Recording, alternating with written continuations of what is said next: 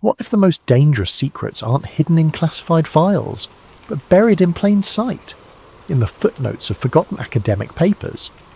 What if the government's most classified unit wasn't studying aliens at all, but something far more terrifying? Something that's been manipulating human belief since the dawn of civilization itself.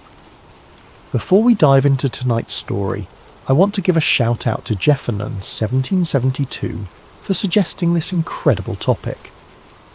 Your video ideas keep sleep theories going, so please drop your suggestions in the comments below, and if you're enjoying these deep dives into the unknown, make sure to hit that like button and subscribe.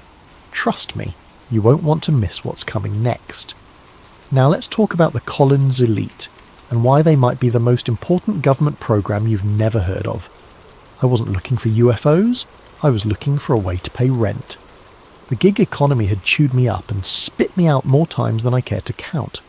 Web design, freelance writing, even a brief stint delivering food, nothing stuck.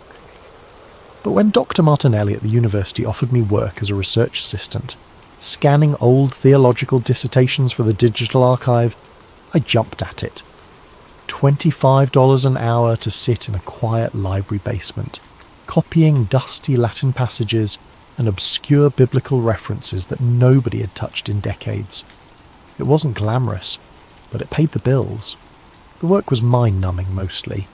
Endless pages of theological debates from the 1950s and 60s, written by seminary students who are probably dead by now. The Augustinian interpretation of angelic hierarchies, post-war perspectives on demonic manifestation, scriptural analysis of divine intervention in modern context. Heavy stuff, but about as exciting as watching paint dry. I'd been at it for 3 months when I found the reference that changed everything. It was October, around 2 a.m. I was halfway through a 1963 thesis titled Angelic Manifestations in Modern Times, 324 pages of dense theological argumentation by a seminarian named Marcus Whitmore. The kind of paper that made me question every life choice that had led me to that basement. I was scanning page 187, a particularly dry section about contemporary witness testimony, when a footnote caught my eye. It wasn't the content that stopped me, it was the context. The main text was discussing reports of luminous beings witnessed by various clergy members throughout the 1950s. Standard religious stuff, the kind of mystical experiences that show up in seminary papers all the time. But the footnote read, "For governmental perspective on similar phenomena, see Collins Elite Memorandum 1957, classification status unknown." I stared at that line for a full minute. It was cited like a real source, with the matter-of-fact tone of academic reference. No explanation, no context, just there. The problem was, this wasn't a section about government or politics. It was about angels. And the thesis was written by a seminary student, not a political science major. So why was he referencing what sounded like a classified government document in the middle of a paper about divine manifestations? I made a note and kept scanning, but the reference nagged at me. Collins Elite. It sounded official, maybe military, but why would a religious scholar in 1963 have access to classified material, and why would he cite it so casually, as if his readers would know what he was talking about? The next day, I couldn't concentrate on my assigned documents. Instead, I found myself searching the university's digital catalogue for any mention of Collins Elite. Nothing came up in the main database, but I had access to some of the restricted theological archives through Dr. Martinelli's login credentials. That's where I found the second reference. It was in a 1959 lecture transcript from a Catholic seminary in Maryland. The speaker was Father Benedict Toretti, discussing unusual spiritual encounters in the post-war era. Most of the lecture was standard theological fare, but near the end, during what appeared to be an informal Q&A session, someone asked about government interest in religious phenomena. Father Toretti's response was brief but loaded. There are those in Washington who understand that not all mysteries can be solved with science. The Collins Elite represents a different approach to certain questions, but we must be careful not to mistake understanding for wisdom or documentation for truth. The transcript noted uncomfortable silence after this comment, and the lecture ended shortly thereafter. 2 references, 2 religious contexts, both suggesting that Collins' Elite was some kind of government program dealing with spiritual or supernatural phenomena. But why were religious scholars the only ones talking about it? And why did they all seem nervous about it? I spent the rest of the week diving deeper into the theological archives. The pattern that emerged was both fascinating and disturbing. Collins' Elite didn't show up in UFO journals or conspiracy magazines. It didn't appear in scientific papers or military histories. Instead, it haunted the footnotes of religious documents like a ghost that only clergy could see. A 1958 exorcism report from a priest in New Mexico mentioned consultation with Collins' Elite regarding non-terrestrial influences. A 1962 seminary paper on demonic deception in the modern age included a cryptic reference to Collins' Elite protocols for distinguishing spiritual from extraplanetary phenomena. A 1961 lecture on comparative religion contained a single chilling line. As the Collins Elite has documented, the same entities that once appeared as gods now masquerade as visitors from the stars. Each reference was brief, almost coded, like the authors were speaking to an audience that would understand the implications without needing explanation. And always, the references appeared in contexts dealing with the supernatural, the spiritual, the otherworldly, but never in the way you'd expect. These weren't discussions of government cover-ups or alien conspiracies. They were warnings, theological warnings about deception, about false prophets, about entities that wore whatever mask humanity was willing to believe. I was starting to get a picture of something much stranger than a typical black project. Collins' Elite wasn't studying UFOs the way the Air Force was. They were studying them the way the Catholic Church studied demons. The breakthrough came from an unexpected source, a misfiled document. I was scanning a collection of 1964 seminary papers when I found something that didn't belong. Mixed in with discussions of Vatican II reforms and modern catechism was a single-page document that looked nothing like the others. It was typed on official letterhead, something called Interdenominational Council on Anomalous Phenomena, and dated March 15th, 1959. The document was brief. Memo. Regarding recent Collins Elite Briefing 2, member institutions from Council Secretary following last week's presentation by Dr. Edward Collins regarding non-corporeal intelligence manifestations. The Council recommends the following protocols for clergy encountering anomalous phenomena. Do not assume extraterrestrial origin 2. Apply traditional discernment practices 3. Document all encounters per Collins Elite Guidelines 4. Report suspected deception campaigns immediately. Remember, the same entities that demanded worship as Baal and Moloch now request our trust as benevolent space brothers. The mask changes, the deception remains constant. Father Michael Torino, Council Secretary. My hands were shaking as I read it. This wasn't just a reference to Collins Elite. This was evidence of direct collaboration between the program and religious institutions. They were briefing clergy on how to handle UFO encounters, but from a theological perspective. And that last paragraph, it was suggesting that UFO entities weren't aliens at all. They were something much older and more dangerous, masquerading as extraterrestrials just as they had once masqueraded as ancient gods. I photographed the document with my phone and started digging into this interdenominational council. What I found made my blood run cold. The Interdenominational Council on Anomalous Phenomena existed from 1957 to 1969, according to what little I could find. Its membership included representatives from major Christian denominations, Jewish religious authorities, and even some Islamic scholars. The council was supposedly formed to coordinate religious response to unusual phenomena in the post-war era. That was the official line anyway. The reality appeared to be much more specific. I found meeting minutes from 1958 that discussed the Collins Elite presentation on entity communication patterns. A 1960 report mentioned successful implementation of Collins Elite discernment protocols in 17 states. A 1962 memorandum warned of increased entity activity coinciding with popular UFO narratives.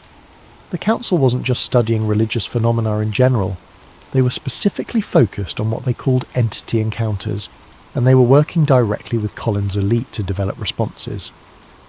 The most disturbing document I found was a 1961 report titled Spiritual Warfare in the Space Age.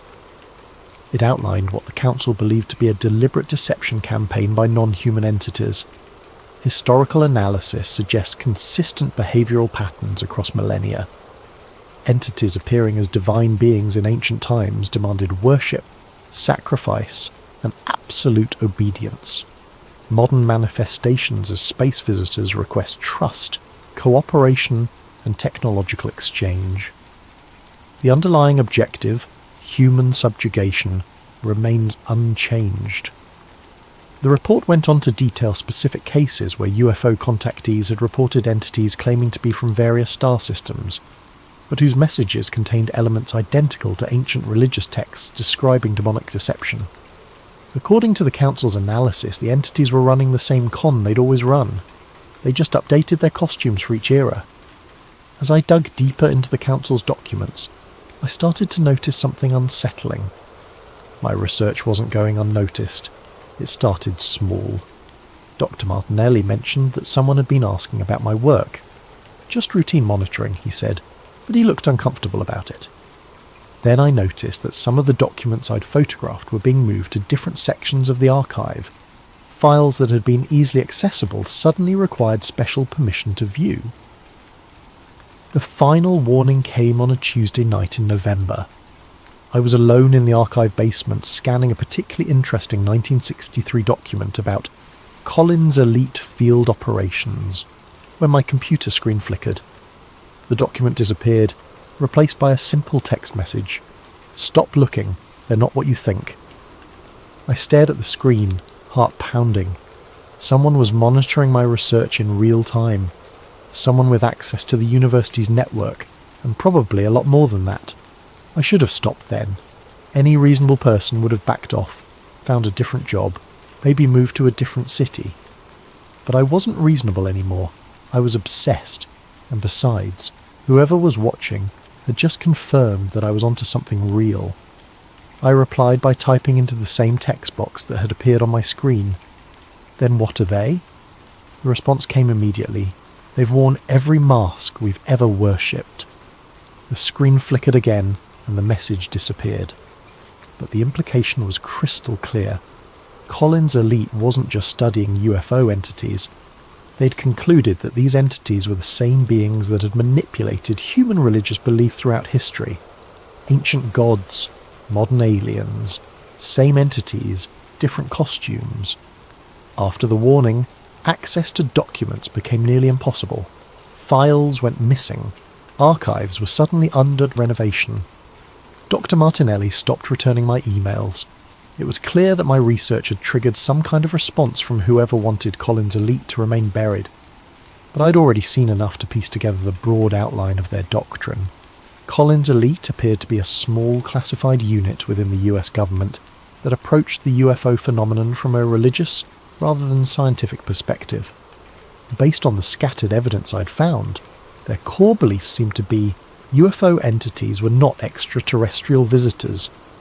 They were the same non-corporeal beings that had interacted with humans throughout history.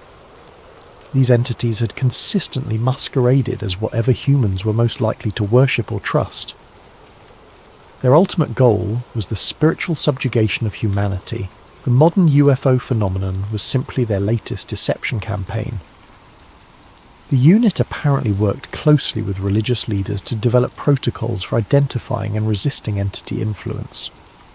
They studied religious texts not for historical interest, but for tactical intelligence about entity behaviour patterns.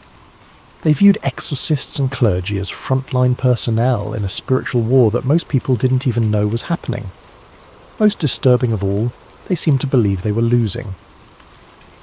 My research into Collins' elite had taken nearly 6 months, and by December I was running out of leads. The documents had dried up, my access was severely restricted, and I was starting to wonder if I'd ever find anything more concrete than footnotes and oblique references. That's when I decided to look at modern UFO phenomena through the Collins Elite lens. What I found was terrifying in its consistency. Contemporary UFO contactee reports, when examined from a religious perspective, showed the same patterns that Collins Elite had apparently identified in the 1950s. Entities claiming to be from Zeta Reticuli, or the Pleiades, but whose messages contained elements identical to ancient Gnostic texts. Space brothers, preaching salvation through technological advancement, using language that echoed Mesopotamian religious propaganda. Abduction experiences that followed the same psychological patterns as historical demonic possession cases. The modern UFO disclosure movement, viewed through Collins Elite's framework, looked less like a quest for scientific truth and more like the latest phase of an ancient deception campaign. Entities that had once demanded worship as gods now requested trust as benevolent aliens. Same control mechanisms, updated for a scientific age. I started to understand why Collins Elite had worked so closely with religious authorities. If you believe that UFO entities were actually spiritual beings with thousands of years of experience in manipulating human belief systems, then scientists and military analysts were the wrong people to study them. You needed theologians. You needed people who understood the long history of spiritual deception and the psychological mechanisms of faith. You needed people who could recognize the same lie being told with new words. I thought I'd reached the end of my research when I received an unexpected email in January. The sender was listed as archive.recovery@gmail.com, obviously a throwaway account. The message was brief. You've been asking the right questions. Room 847, basement level, manuscript collection. Look behind the Milton volumes. 1 hour only. I almost deleted it. Every instinct told me it was a trap, but the Collins Elite investigation had become an obsession, and I couldn't walk away from what might be my last chance at finding real answers. An hour later, I was in the basement of the manuscript collection, a building I'd never visited before. Room 847 was a cramped storage room filled with old books and filing cabinets. The Milton volumes were easy to find, a complete set of Paradise Lost editions dating back to the 1800s. Behind the books, taped to the back of the shelf, was a manila envelope. Inside was a single document that changed everything I thought I knew about Collins Elite. It was typed on official US government letterhead, dated August 12, 1969, and marked Eyes Only Collins Elite Termination Report. The document was brief but explosive. Memorandum for the record subject, termination of Collins Elite program. Effective immediately. All Collins Elite operations are suspended indefinitely. Program termination follows unanimous recommendation by Collins Elite senior staff. Reason for termination: successful entity infiltration of program hierarchy. Evidence suggests long-term entity influence over program direction since 1961. Collins Elite conclusions regarding entity nature remain valid. However, program itself has been compromised beyond recovery. All Collins Elite personnel are reassigned. All documents classified at highest levels. Religious community partnerships terminated. Interdenominational council dissolved. Public disclosure of Collins Elite findings is prohibited under national security provisions. Final assessment: the entities we sought to understand and counter have proven more sophisticated than anticipated. They have successfully used our own investigation against us, turning our knowledge into a tool for their agenda. The Collins Elite program has become part of the deception we were created to expose. Any future investigation of these phenomena must proceed under the assumption that traditional government and academic institutions are compromised. Minus Dr. Edward Collins, Program Director. I read the document 3 times before the implication sank in. Collins Elite hadn't just been terminated because of budget cuts or bureaucratic reshuffling. It had been terminated because the entities they were studying had infiltrated and co-opted the program itself. The Watchers had been turned into accomplices, and if that was true in 1969, what did it mean for every government UFO program since then? Sitting in that storage room, holding what might be the last authentic Collins Elite document ever created, I finally understood the true scope of what I'd uncovered. Collins' Elite hadn't been a fringe program run by religious zealots. It had been a serious government investigation that reached a conclusion so disturbing that the entities being studied had been forced to destroy it. The program had gotten too close to the truth, so the truth had destroyed the program. But what was that truth? Based on everything I'd found, Collins' Elite had concluded that the UFO phenomenon was not extraterrestrial contact, but rather the latest phase of an ancient psychological operation. Non-corporeal entities, call them demons, call them interdimensional beings, call them whatever you want, had been manipulating human belief systems for millennia. They had appeared as gods to ancient peoples, demanding worship and sacrifice. They had manifested as angels and devils to medieval societies, shaping religious doctrine. And now they were appearing as alien visitors to a technological civilization, promoting their agenda through the language of science and space exploration. The genius of it was that each generation thought they were encountering something new. Ancient peoples saw divine visitation. Medieval believers saw spiritual manifestation. Modern witnesses see extraterrestrial contact. But according to Collins' Elite, it was always the same entities, always running the same basic deception, always working toward the same goal, the spiritual and psychological subjugation of humanity. The entities had realized that direct worship was no longer feasible in a scientific age, so they had adapted, presenting themselves as technologically advanced aliens who could offer humanity salvation through scientific advancement. Instead of demanding worship, they requested trust. Instead of requiring sacrifice, they asked for cooperation. But the underlying dynamic remained the same, humans giving up their autonomy to beings who claimed to have their best interests at heart. And if Collins' Elite was right, the modern UFO disclosure movement was simply the latest phase of this deception campaign. The termination document explained why I'd never heard of Collins' Elite in any mainstream UFO research. It wasn't being covered up by the government to hide alien contact. It was being covered up because the government itself had been compromised by the entities Collins' Elite was studying. Think about it. Every major government UFO program since Collins' Elite, Project Blue Book, AA-TIP, the UAP Task Force, had approached the phenomenon from a purely technological perspective. They studied craft capabilities, flight patterns, potential propulsion systems. They never asked the questions Collins' Elite had been asking. What do these entities actually want? Why do their messages always promote dependence rather than independence? Why do their promises of enlightenment always require surrender of human agency? Those questions weren't being ignored by accident. According to the termination document, they were being actively suppressed by entities who had learned to work within government and academic institutions.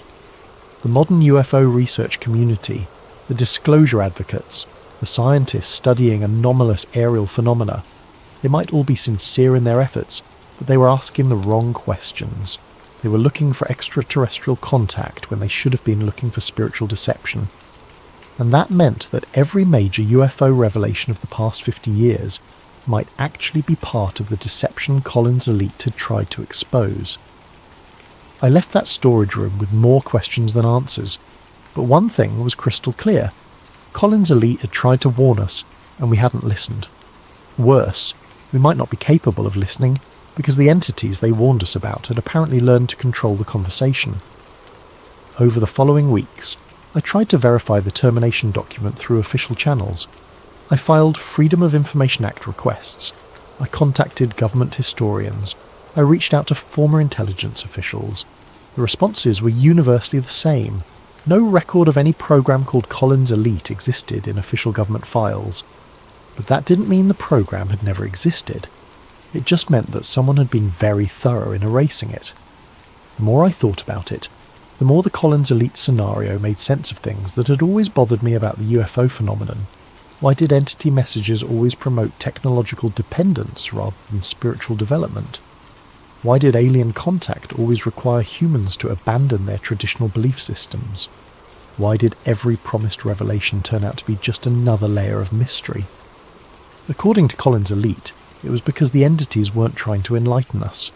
They were trying to control us. and the best way to control a technologically advanced species was to convince them that salvation could only come through higher technology, provided by beings who claimed to have humanity's best interests at heart, the ancient formula updated for a scientific age. After finding the termination document, I thought my Collins Elite investigation was over, but 2 weeks later I received another cryptic email from the same archive. Recovery account. You found the termination report. Good.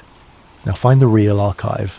Dr. Elena Rodriguez, Georgetown University Theology Department. Tell him Marcus sent you. I almost ignored it.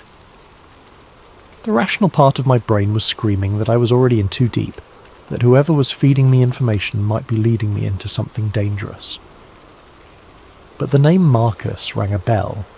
Marcus Whitmore, the author of that first 1963 thesis where I'd found the Collins Elite reference. Could he still be alive? Dr. Rodriguez's office was in a converted Victorian house on the Georgetown campus, tucked between the main theology building and an old chapel. When I mentioned that Marcus had sent me, her reaction was immediate and alarming. She locked her office door, closed the blinds, and pulled out a device I later learned was a radio frequency detector. 62 years, she said quietly, sweeping the device around the room. 62 years Marcus has been waiting for someone to follow the trail far enough to find him. He's 91 years old and still afraid they're listening. Dr. Rodriguez led me through a maze of basement corridors beneath the theology building to a climate-controlled storage room I never could have found on my own. Inside, Marcus Whitmore sat surrounded by filing cabinets that looked like they'd been moved there decades ago. He was ancient, but his eyes were sharp and alert. "You're the one asking about Collins Elite," he said. It wasn't a question. "Eleanor tells me you found the termination report. That means they decided you were ready." They? The survivors. The ones who got out before the infiltration was complete. He gestured to the filing cabinets around us. "We've been maintaining our own archive for over 50 years. Everything the government tried to bury, we preserved. What Marcus showed me over the next 6 hours changed everything I thought I knew about Collins Elite, and about the scope of the deception they had uncovered. Collins Elite hadn't begun as a government program at all. It had started in 1947 as an informal network of military officers, intelligence analysts and religious scholars who were disturbed by early UFO reports. What bothered them wasn't the craft themselves, but the messages being delivered by the entities inside them. The contactee movement was just getting started, Marcus explained, pulling out files from the late 1940s. George Adamski, Daniel Fry, Truman Bethurum, all these people claiming contact with benevolent space brothers. But when you analysed their messages from a theological perspective, they weren't promoting human spiritual development. They were promoting dependence. The early Collins Elite had conducted detailed analyses of contactee messages and found disturbing patterns.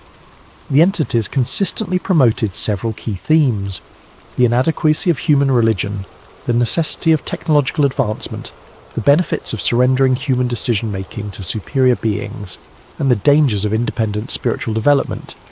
It was the same psychological framework used by every cult in history, Dr. Rodriguez added. Isolate the subject from their support systems, convince them that traditional sources of guidance are inadequate, then position yourself as the only reliable source of truth. But Collins Elite's analysis went deeper than simple cult mechanics. They had identified specific linguistic and conceptual patterns that appeared across different contactee cases, patterns that matched historical accounts of demonic deception dating back thousands of years. Marcus showed me a 1952 analysis comparing Adamski's alleged conversations with Venusian beings to transcripts from 16th century witch trials. The parallels were undeniable: the same promises of secret knowledge, the same dismissal of conventional morality, the same emphasis on the chosen status of the contactee. That's when we knew we were dealing with something ancient, Marcus said. These weren't aliens from space. They were the same entities that had been manipulating human belief systems since the beginning of recorded history.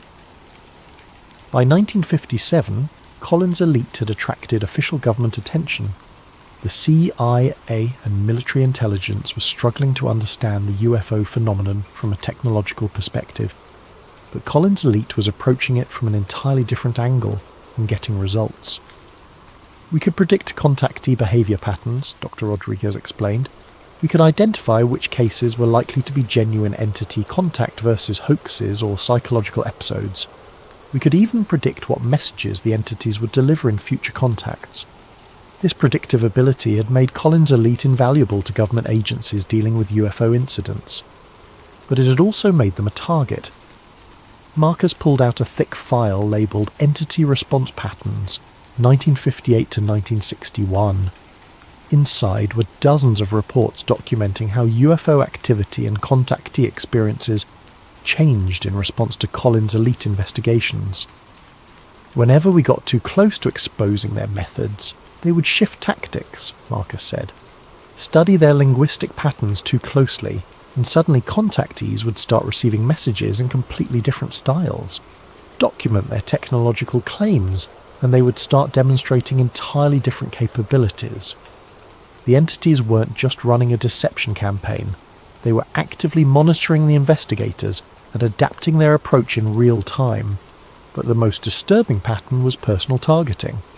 Collins Elite members began experiencing their own anomalous encounters, but these experiences were clearly designed to discredit or manipulate the investigators, rather than provide genuine contact. Dr. Edward Collins himself was contacted in 1960, Marcus revealed. The entity claimed to be from Rigel and offered to provide him with advanced technology in exchange for shutting down the Collins Elite program. When he refused, the encounters became increasingly threatening. Other Collins Elite members reported similar experiences, contact attempts that seemed designed to either co-opt them or drive them out of the program entirely. The entities were fighting back. The termination document I'd found told only part of the story. The real disaster began in 1961 when Collins Elite was formally incorporated into the government's UFO investigation apparatus. That was our mistake, Marcus said bitterly. We thought official recognition would give us more resources, better access to witness testimony, protection from entity retaliation. Instead, it gave them access to us. With official status came new personnel assignments, government oversight, and integration with other classified programs. Collins Elite's small, tight-knit network of trusted researchers was suddenly flooded with new members whose backgrounds couldn't be thoroughly vetted. The infiltration was subtle at first, Dr. Rodriguez explained. New analysts who would subtly shift the focus of investigations, administrative personnel who would lose crucial documents, supervisors who would redirect resources toward more promising lines of inquiry. By 1965, original Collins Elite members were reporting that their research conclusions were being systematically altered before reaching higher-level officials. Analyses emphasizing the deceptive nature of entity contact were being rewritten to focus on potential technological benefits. Warnings about spiritual manipulation were being deleted entirely. Marcus showed me internal memos from 1966 to 1968, documenting the growing suspicion among original Collins Elite members that their program had been compromised. They began conducting parallel investigations using secure channels, trying to determine whether the infiltration was the result of foreign intelligence operations, bureaucratic incompetence, or something more sinister. By 1968, we had our answer, Marcus said grimly. It was the entities themselves. They had learned to work through human intermediaries, people who might not even be consciously aware that they were being influenced. The evidence was subtle but damning. New Collins Elite personnel consistently made decisions that served entity interests, redirecting investigations away from deception analysis, promoting contactees who delivered pro-entity messages, suppressing research that exposed manipulation tactics. The final proof came when Dr. Collins tried to present his findings to the Defense Intelligence Agency in 1969, Dr. Rodriguez said. His presentation was completely rewritten between the time he submitted it and the time it was delivered. Instead of warning about entity deception, it recommended increased cooperation with UFO intelligences. That was when the original Collins Elite members realized their program had been completely subverted. The Watchers had become the Watched, and the Watched had become the Watchers. Rather than fight a battle they couldn't win within government channels, the original Collins Elite members made a radical decision. They would fake the program's termination while secretly continuing their research through private channels. The termination report you found was genuine, Marcus explained, but it wasn't the end of Collins' elite. It was the beginning of the real investigation. Using their existing contacts within religious institutions, academia and government, the Collins elite survivors established a covert network for continuing their research. They couldn't publish their findings or seek official recognition, but they could continue gathering evidence and developing their understanding of the entity deception campaign. "We've been operating continuously for over 50 years, Dr. Rodriguez said, documenting entity activity, analysing their evolving strategies, tracking their infiltration of various institutions. The underground Collins elite had identified several key developments since 1969. The entities had largely abandoned individual contactee operations in favour of influencing institutions directly. Rather than delivering messages through isolated individuals who could be easily dismissed, they were now working through respected scientists, government officials and religious leaders. They had also shifted their primary narrative from spiritual enlightenment to technological salvation. Instead of promising cosmic consciousness or spiritual advancement, they were now focusing on environmental solutions, clean energy, and space exploration. Most significantly, they had begun preparing for mass disclosure rather than gradual revelation. The underground Collins elite believed this represented the final phase of a deception campaign that had been in development for decades.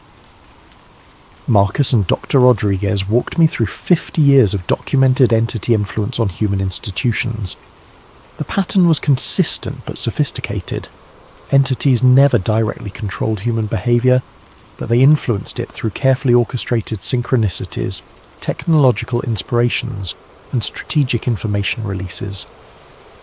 "Look at the development of computer technology," Dr. Rodriguez said, showing me files documenting unusual technological leaps in electronics and computing since the 1960s.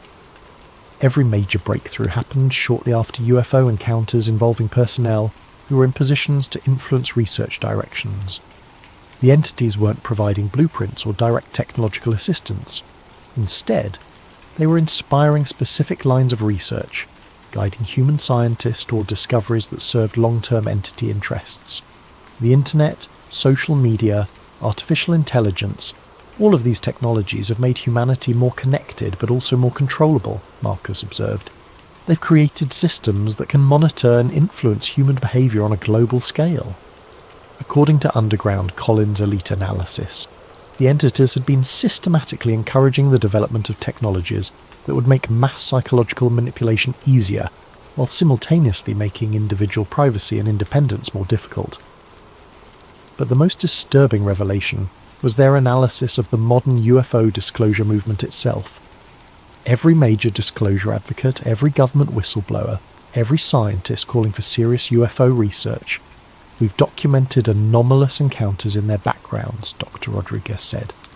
They're not consciously working for the entities, but they're all promoting the same basic narrative, that UFO contact is inevitable, beneficial, and should be embraced rather than resisted.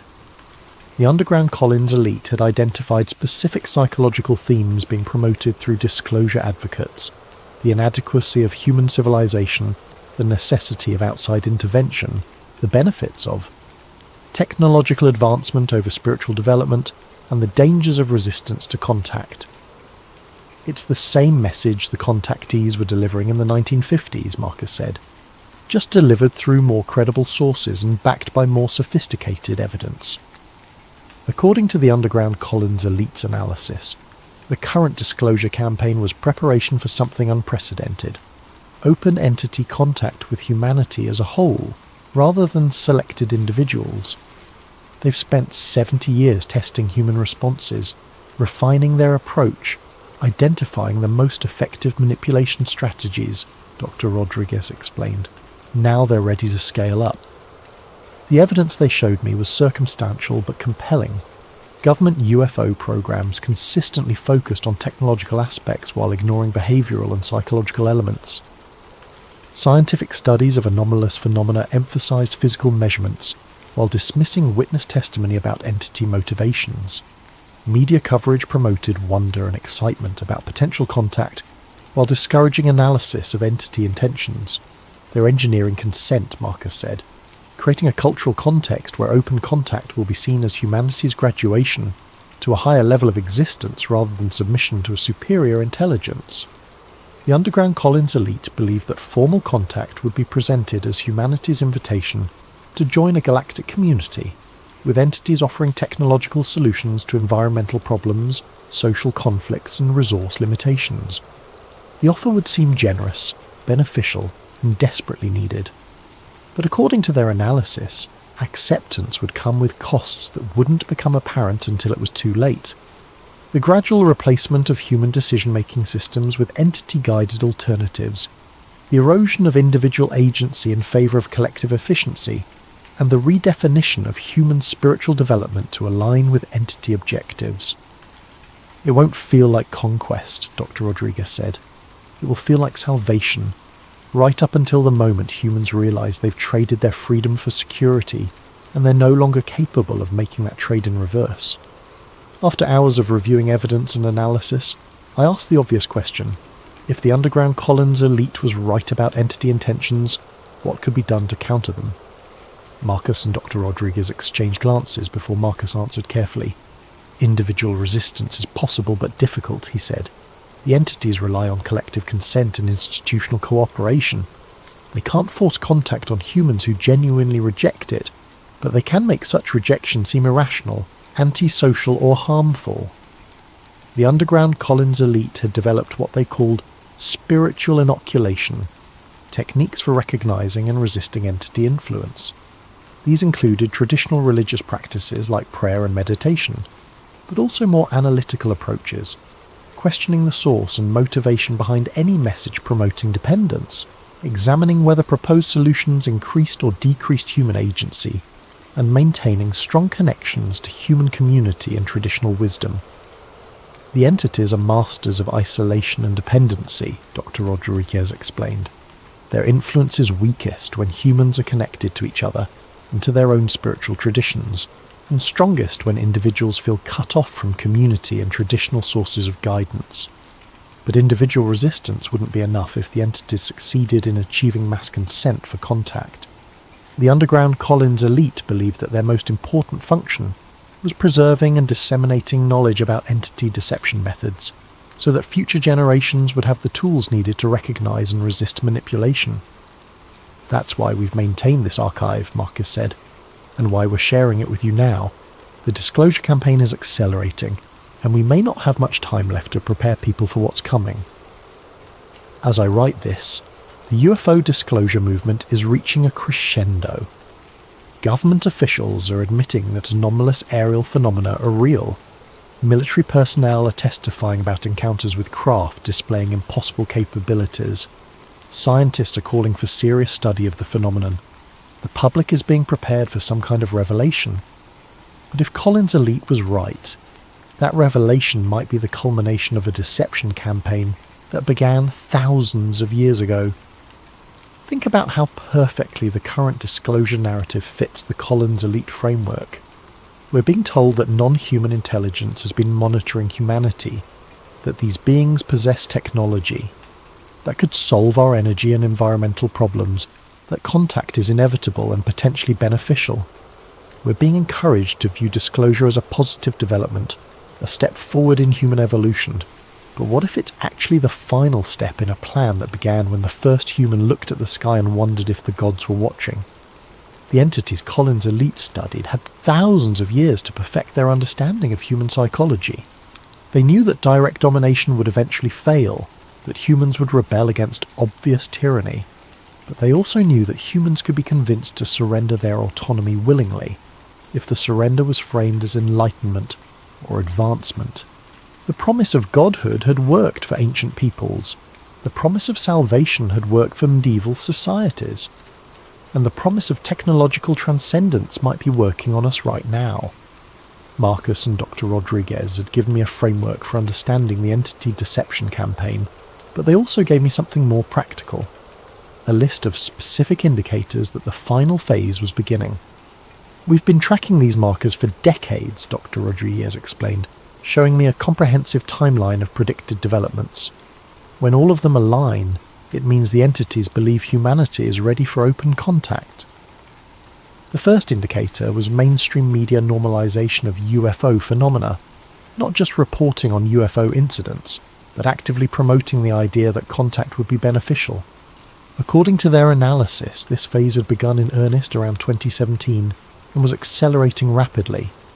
The second indicator was government disclosure of UAP reality without disclosure of government conclusions about entity intentions.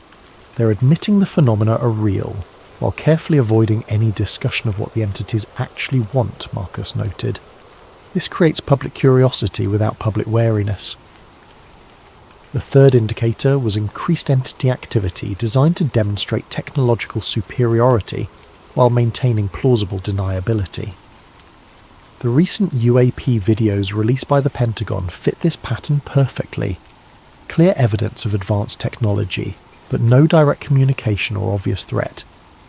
The fourth indicator was the emergence of credible advocates for contact within scientific, military, and government institutions. People with impressive credentials and no obvious ulterior motives, all promoting the same basic message: that humanity should welcome contact rather than fear it. Look at the current disclosure advocates, Dr. Rodriguez said, showing me biographical information on various scientists and former government officials. Impressive backgrounds, sincere motivations, reasonable arguments, but they're all promoting the same narrative the entities have been pushing for 70 years.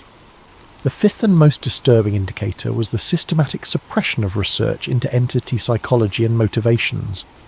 While technological aspects of UAP were receiving increased attention and funding, questions about entity intentions were being dismissed as unscientific or irrelevant. That's how you know the entities are controlling the conversation, Marcus said. Any investigation that might reveal their true agenda gets discredited or defunded, while investigations that support their preferred narrative receive institutional support. According to their tracking system, all 5 indicators were currently active and accelerating.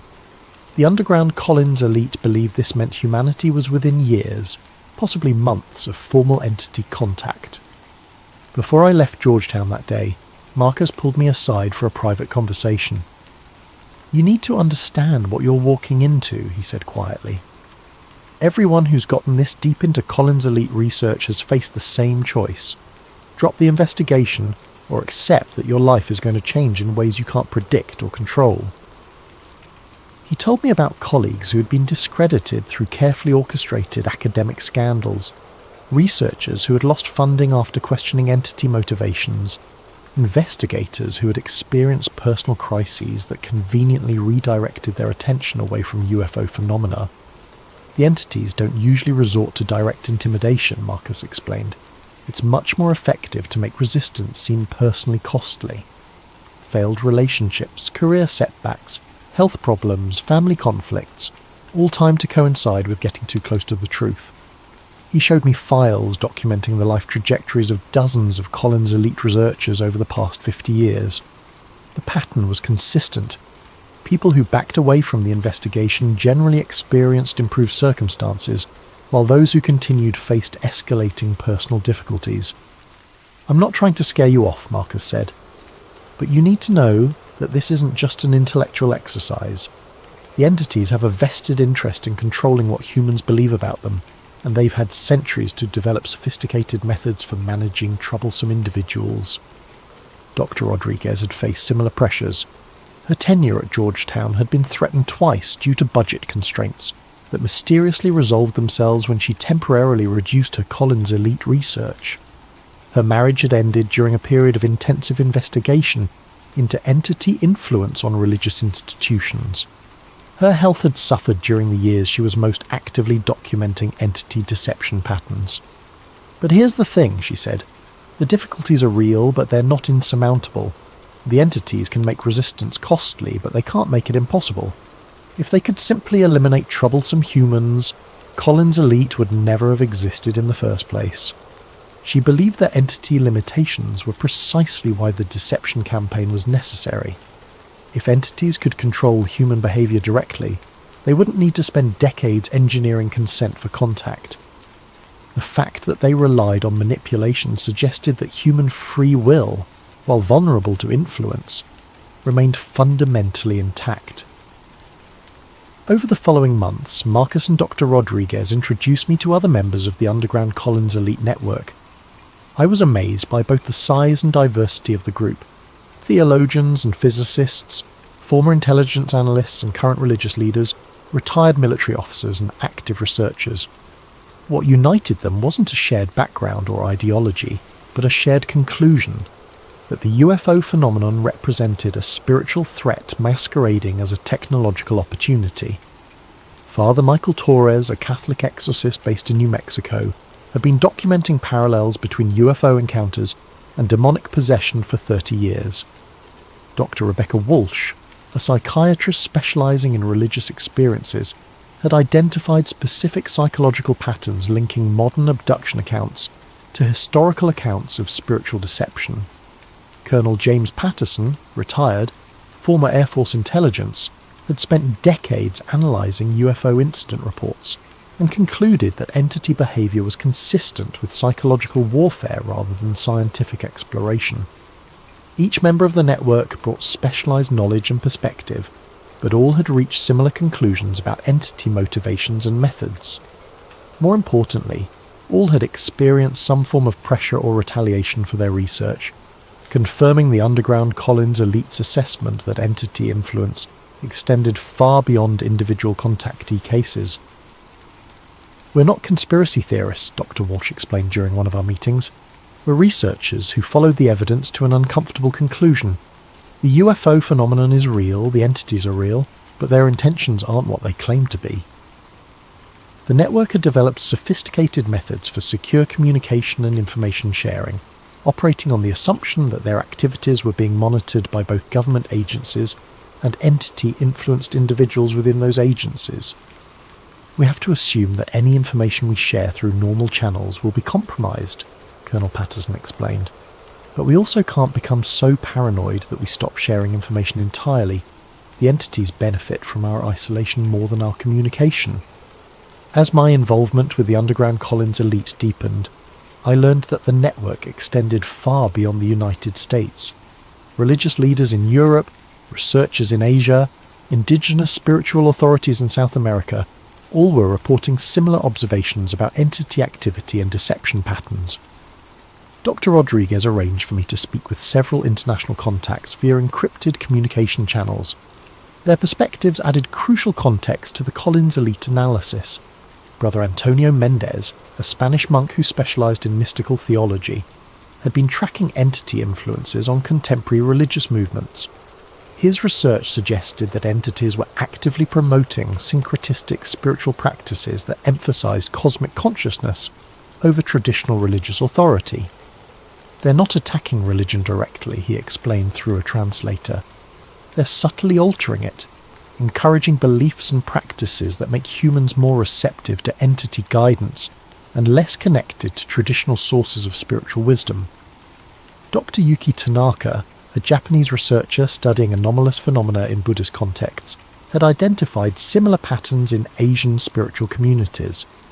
Entity influences seem designed to promote meditation practices that open practitioners to external guidance, while discouraging those that strengthened individual discernment and spiritual independence. Maria Santos, a shaman from Peru, described entity encounters that closely paralleled North American UFO contact reports, but framed in terms of traditional indigenous spirituality. The entities consistently promoted abandonment of ancestral traditions in favour of updated spiritual practices more suitable for the modern world. "Same spirits, different masks," she said simply. "They tell each culture what that culture wants to hear, but always with the same goal: make humans depend on them instead of their own traditions and wisdom." The global perspective confirmed the underground Collins elite's assessment that entity activity was coordinated across cultures and belief systems, but adapted to local contexts and expectations. The deception campaign wasn't centred in any particular country or religion. It was targeting human spiritual independence as a universal phenomenon. Based on decades of analysis and current trends, The underground Collins elite had developed a timeline for what they believed would be the final phase of the entity deception campaign. Phase 1, 2020 to 2025, mainstream normalization of UFO phenomena through government disclosure and media coverage. Emphasis on technological aspects while avoiding discussion of entity psychology or motivations. Gradual preparation of public consciousness for the possibility of contact. Phase 2, 2025 to 2030. Increased entity demonstrations designed to showcase technological capabilities and benevolent intentions, possibly including solutions to environmental or energy crises that humanity appears unable to solve independently. Growing public pressure for government contact initiatives. Phase 3, 2030 to 2035, formal contact between entity representatives and human governments. Presentation of comprehensive assistance packages addressing climate change, resource depletion, social conflicts and technological limitations. Initial agreements for limited cooperation and information exchange. Phase 4, 2035 to 2040. Gradual integration of entity guidance into human decision-making systems. Replacement of traditional political, economic and social structures with entity-recommended alternatives. Growing human dependence on entity technology and advice. Phase 5, 2040 plus. Complete transformation of human civilization according to entity specifications. Elimination of independent human spiritual development in favour of entity-directed consciousness evolution. Humanity's transition from independent species to managed resource. The genius of the timeline is that each phase will seem like humanity's choice, Dr. Rodriguez explained. People will vote for leaders who support contact. They'll demand access to entity technology. They'll embrace changes that make their lives easier and more comfortable. Marcus nodded grimly.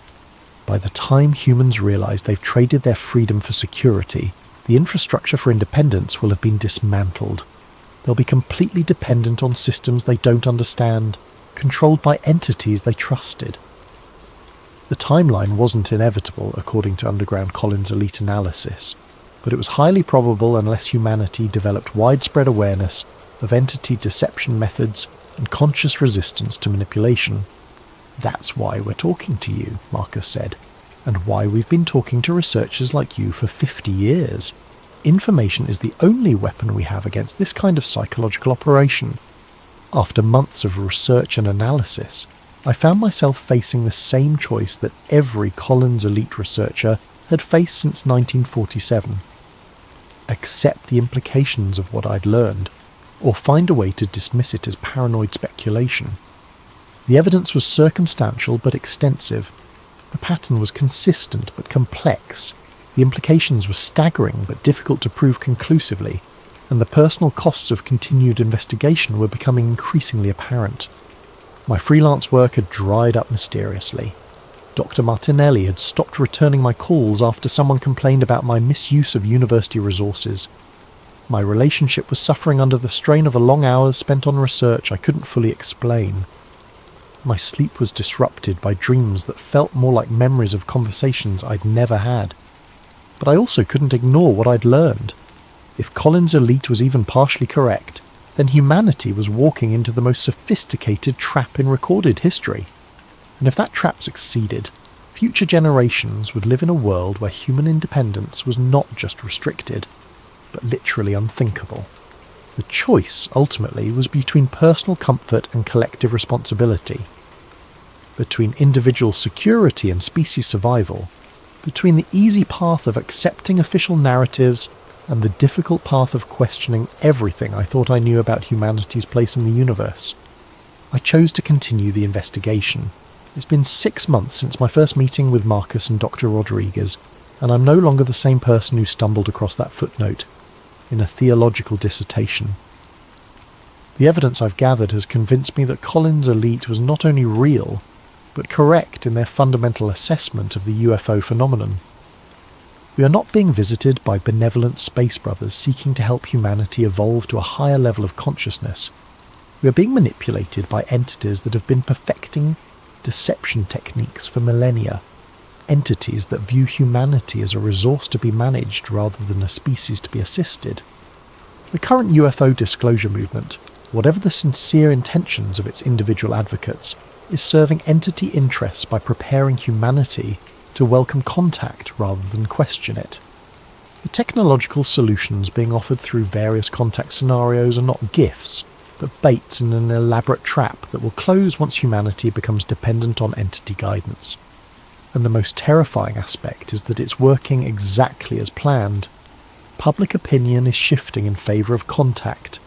Government agencies are admitting UFO reality while avoiding UFO psychology. Scientific institutions are studying technological aspects while ignoring behavioural patterns. Religious leaders are embracing cosmic spirituality while abandoning traditional discernment practices. We are being prepared for our own subjugation, and we are enthusiastically participating in the preparation process. But knowledge of a deception campaign, even a sophisticated one, provides power to resist it. The entities Collins' elite studied were powerful and cunning, but they were not omnipotent. Their influence depended on human ignorance, isolation, and consent. When humans understood their methods and refused to cooperate, entity influence diminished significantly. The underground Collins elite has spent 50 years documenting entity weaknesses as well as their strengths. They've developed techniques for recognizing and resisting manipulation. They've maintained networks of communication and support that entity influence cannot completely penetrate, and most importantly, they've preserved knowledge that would otherwise have been lost or corrupted. That knowledge is now available to anyone willing to look for it, question official narratives, and think independently about humanity's future. The choice between freedom and security, between independence and dependence, between human agency and entity guidance remains open.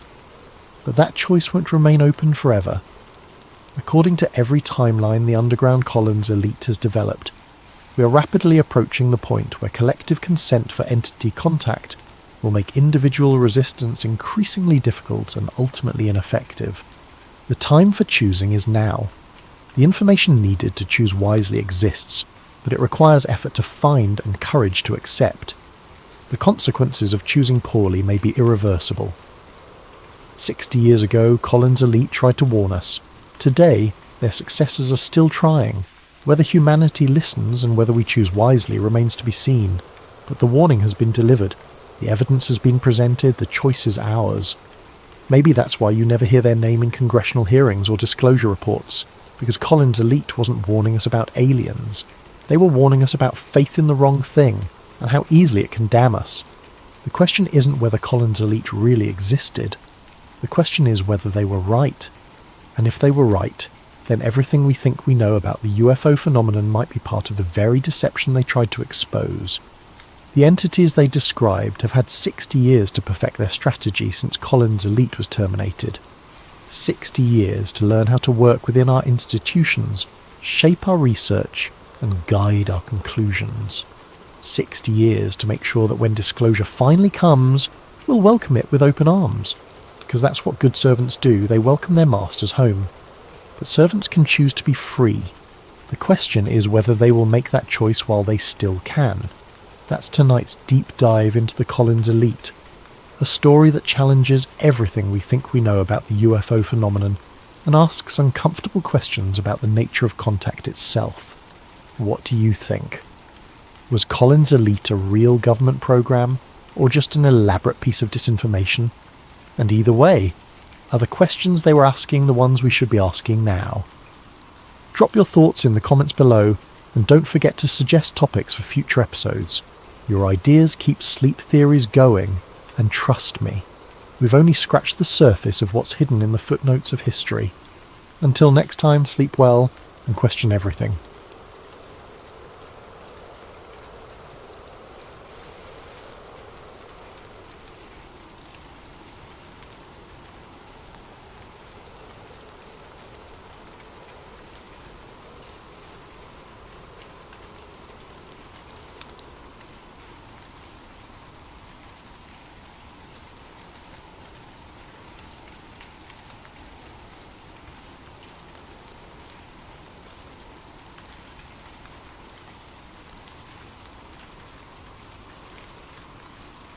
Before we dive into tonight's story, I want to give a thank you to Don Welsh for this incredible video suggestion. The Tetris conspiracy is one of those rabbit holes that just keeps getting deeper the more you dig. If you have ideas for future videos, please drop them in the comments below. I read every single one. And if you enjoy these deep dives into the mysteries that keep us awake at night, make sure to hit that like button and subscribe to Sleep Theories. Trust me, after tonight's story you might need something to help you sleep. Now, let me tell you about the package that changed everything, and how a simple children's game became the key to understanding one of the Cold War's most carefully buried secrets. I never thought I'd be pulled into a Cold War ghost story. My life was ordinary. A freelance researcher with a small apartment, a dying houseplant, and a Netflix subscription that got more use than my gym membership. I wrote articles about obscure historical events for online magazines that paid just enough to keep the lights on. Nothing exciting, nothing dangerous. But then the package arrived. It came on a Tuesday morning in March, delivered by a courier service I'd never heard of, Meridian Express. The driver was nervous, constantly checking his phone, and he made me sign 3 different forms before he'd hand over the manila envelope. No return address, just my name written in careful block letters across the front, Elena Vasquez, personal and confidential. Inside I found documents that shouldn't have existed. Soviet-era memos with Cyrillic letterheads, computer printouts from the 1980s, and scientific papers that looked like they'd been smuggled out of some classified archive. But it was the photograph that made my hand shake. A Polaroid, faded and slightly yellow around the edges. The image showed a group of men in thick sweaters standing around what looked like an early computer terminal. The setting was clearly academic. I could see chalkboards covered in equations in the background. But there, in the corner of the photo, was a little girl with pigtails playing with building blocks on the floor. The little girl was me, and the man kneeling beside me, showing me how to stack the coloured blocks, was someone I'd never seen before in my life. According to the handwritten note on the back of the photo, Vladimir Pokilko, Moscow Computer Center, 1987. The note at the bottom of the package explained everything and nothing at once. Eleanor, your father's work touched more lives than he ever knew. What happened to us was not an accident. The game was never just a game. You have his eyes, and more importantly, you have his mind. Be careful who you trust. The blocks are still falling. A friend. I sat in my kitchen for 20 minutes staring at that photograph.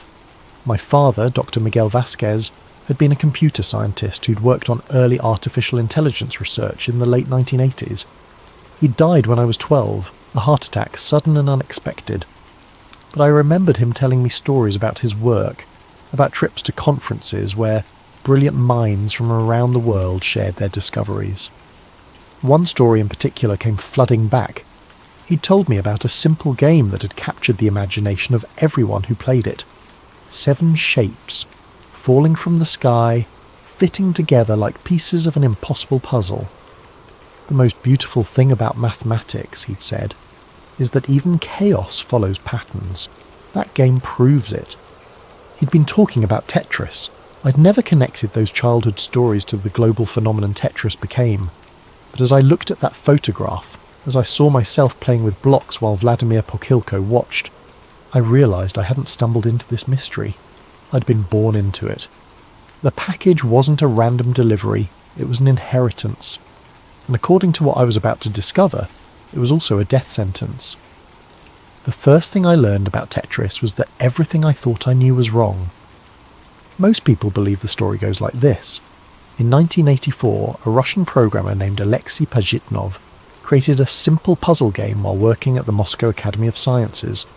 The game was so addictive that it spread through the Soviet Union like wildfire, eventually making its way to the West, where it became one of the most successful video games of all time. A beautiful story of creativity triumphing over Cold War tensions, but my father's notebooks told a different story. I found them 3 days after receiving the package, hidden in a storage unit I'd inherited but never bothered to visit. Box after box of research papers, computer printouts, and handwritten journals that my father had apparently been keeping secret for years. The notebooks were written in a mixture of English and Spanish, with mathematical formulas scattered throughout like some kind of academic code. The entry that changed everything was dated October 15th, 1987. The Moscow conference was more productive than expected. Met with Pokhilko's team today. Their work on pattern recognition is fascinating but disturbing. The game they've developed, they call it Tetris from the Greek tetra meaning four, shows remarkable potential for cognitive conditioning. The subjects who play for extended periods exhibit measurable changes in brainwave patterns. Pokhilko believes they've accidentally created a form of technological hypnosis. The entry continued. Showed Elena the coloured blocks today while we were in Moscow. She was so young, so innocent. She didn't understand that she was playing with the building blocks of something that could reshape human consciousness. None of us did. We thought we were just studying games. We had no idea we were creating weapons. I read that passage 5 times before it sank in. My father hadn't just been a conference attendee in Moscow. He'd been part of the team that helped develop Tetris, and according to his notes, they'd discovered something that terrified them. The game was changing people's minds. The phenomenon was subtle at first. Players would report seeing the falling blocks when they closed their eyes. They'd dream about the game. They'd find themselves mentally rotating objects in daily life, trying to make them fit together like Tetris pieces. Researchers dubbed it the Tetris effect, and initially everyone thought it was harmless, just the brain's way of processing repetitive visual information. But my father's notes suggested something much more sinister. The Tetris effect wasn't just visual persistence, it was cognitive rewiring. Players were being conditioned to think in patterns, to seek order from chaos, to derive satisfaction from solving problems that had been specifically designed to trigger dopamine release. In other words, Tetris was a mind control experiment disguised as entertainment. My father's final entry about the Moscow project was dated November the 3rd, 1987. Had to leave the conference early. Pokhilko pulled me aside yesterday, said things were getting dangerous. The KGB has taken interest in our research. They don't see Tetris as a game. They see it as a tool for psychological manipulation. Military applications, civilian control. I'm bringing Elena home tomorrow. Some discoveries are too dangerous to pursue. That was the last mention of Tetris in my father's notebooks for over a decade, but I knew the story didn't end there. Because if it had, I never would have received that package. Someone wanted me to know what really happened to Tetris. More importantly, they wanted me to understand what had happened to the people who'd helped create it. And as I was about to discover, very few of those people were still alive. Robert Maxwell died on November 5th, 1991. But the circumstances of his death were so bizarre that conspiracy theorists are still debating them today. The media mogul and publisher was found floating in the Atlantic Ocean near the Canary Islands, having apparently fallen overboard from his luxury yacht, the Lady Ghislaine. Some called it suicide, others suspected murder. But almost nobody connected his death to a simple puzzle game. Almost nobody. Among my father's papers, I found a folder labelled Maxwell Correspondence 1990 to 1991. Inside were photocopies of letters that revealed a side of Robert Maxwell's business empire that had never made it into the history books.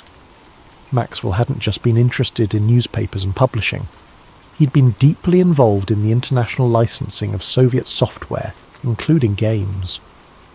The letter that caught my attention was dated March 18th, 1991. Dear Doctor, Vasquez, I hope this letter finds you well. As discussed during our meeting in London, I remain very interested in the psychological applications you and your Moscow colleagues discovered. The commercial success of the game has exceeded all projections, but I believe we've only scratched the surface of its potential. The pharmaceutical applications alone could be worth billions. Please reconsider your decision to withdraw from the project. Some opportunities only come once in a lifetime. R. Maxwell. Pharmaceutical applications? I read the letter 3 times, trying to understand what Maxwell could have meant.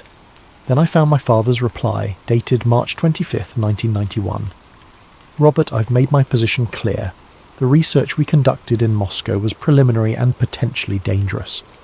The cognitive effects we observed in test subjects were concerning enough to warrant ceasing all experiments. I will not be party to any attempt to weaponize this technology, regardless of the financial incentives involved. Please do not contact me about this matter again. Miguel Vasquez. But Maxwell did contact him again. The folder contained 7 more letters, each one increasingly desperate, increasingly threatening. Maxwell's final letter, dated October the 30th, 1991, just 6 days before his death, was the most chilling. Miguel, you're making a mistake that will cost both of us dearly. The people I represent are not patient. They invested heavily in this project based on the promise of the Moscow research. If you continue to refuse cooperation, I cannot guarantee your safety or that of your family. This is not a threat. It's a warning. There are forces at work here that neither of us fully understands. R.M. 6 days later, Robert Maxwell was dead. The official investigation concluded that Maxwell had either committed suicide or suffered an accidental fall from his yacht. But investigators found several unusual details that never made it into the public record. Maxwell's personal safe had been emptied before his death, and several £1 million had been transferred from his accounts to shell companies in Eastern Europe. More importantly, his yacht's security cameras had been mysteriously disabled during the exact time frame of his disappearance. I might have dismissed these coincidences if I hadn't found one more document in my father's files. A newspaper clipping from the London Times, dated November the 7th, 1991. Someone had highlighted a single paragraph buried deep in the article about Maxwell's death. Among Maxwell's personal effects recovered from the yacht were several computer disks labelled Project Tetris, and a notebook containing what appeared to be psychological research notes. These items have been turned over to British intelligence for investigation. Project Tetris. My father had never mentioned any project by that name, but the connection was obvious. Maxwell had been trying to commercialise the psychological effects that the Moscow team had discovered. He'd been working with people who had enough power and influence to make problems disappear permanently. And when Maxwell tried to back out, or perhaps demanded too much money, those same people had made him disappear too. The question that kept me awake at night was simple. If they were willing to kill Robert Maxwell, one of the most powerful media moguls in the world, what would they do to the researchers who'd actually created the technology? I was about to find out. Vladimir Pokhilko was supposed to be a success story. The co-creator of Tetris had emigrated to the United States in the 1990s and founded his own software company in Silicon Valley. He had the American dream within his grasp. A beautiful house in Palo Alto, a loving wife, 2 children, and the promise of financial success from his work on one of the world's most popular games. On September 22nd, 1998, police found Vladimir Pokhilko, his wife Elena, and their 12-year-old son Peter dead in their home. The official report concluded that Pokhilko had murdered his family before taking his own life, driven to madness by financial pressures and the stress of a failing business. But the evidence never quite added up. Among the documents in the package I'd received was a police report that had supposedly been sealed. The details painted a picture that was much more complex and disturbing than the official story suggested. Pokhilko had been found with multiple stab wounds, which was unusual for a suicide. His wife and son showed signs of struggle, but there was no evidence that Pokhilko had been physically capable of overpowering both of them. Most importantly, neighbours reported seeing unfamiliar cars in the area during the days leading up to the deaths. But it was the contents of Pokhilko's home office that revealed the truth. According to the police inventory, investigators found dozens of pages of handwritten notes in Russian, all apparently burned in the fireplace except for fragments that had escaped the flames. The few readable pieces contained references to psychological experiments, Moscow protocols, and behavioural modification through repetitive stimulus. One fragment preserved in the police file was particularly chilling. The game was never the goal. The game was the delivery mechanism. We created the perfect Trojan horse, entertainment that reprograms the mind through voluntary participation. But they want to weaponize it, to use it for purposes we never intended. I've tried to stop them, but... The note ended there, torn and partially burned. The package I'd received contained something the police had never seen. a recording of Vladimir Pokhilko's last phone call, made just hours before his death. The audio quality was poor, full of static and background noise, but Pokhilko's voice was unmistakable. He was speaking to someone who wasn't responding, perhaps leaving a voicemail message. If you're listening to this, it means they've found me. I've tried to warn everyone who was part of the original research, but most of them are already gone. Maxwell was just the beginning. They're systematically eliminating everyone who knows the truth about what we created. Static filled the recording for several seconds before Pokhilko's voice returned, more urgent now. The game is still active, still spreading, still changing minds on a global scale. But that was never the plan. We thought we were creating entertainment.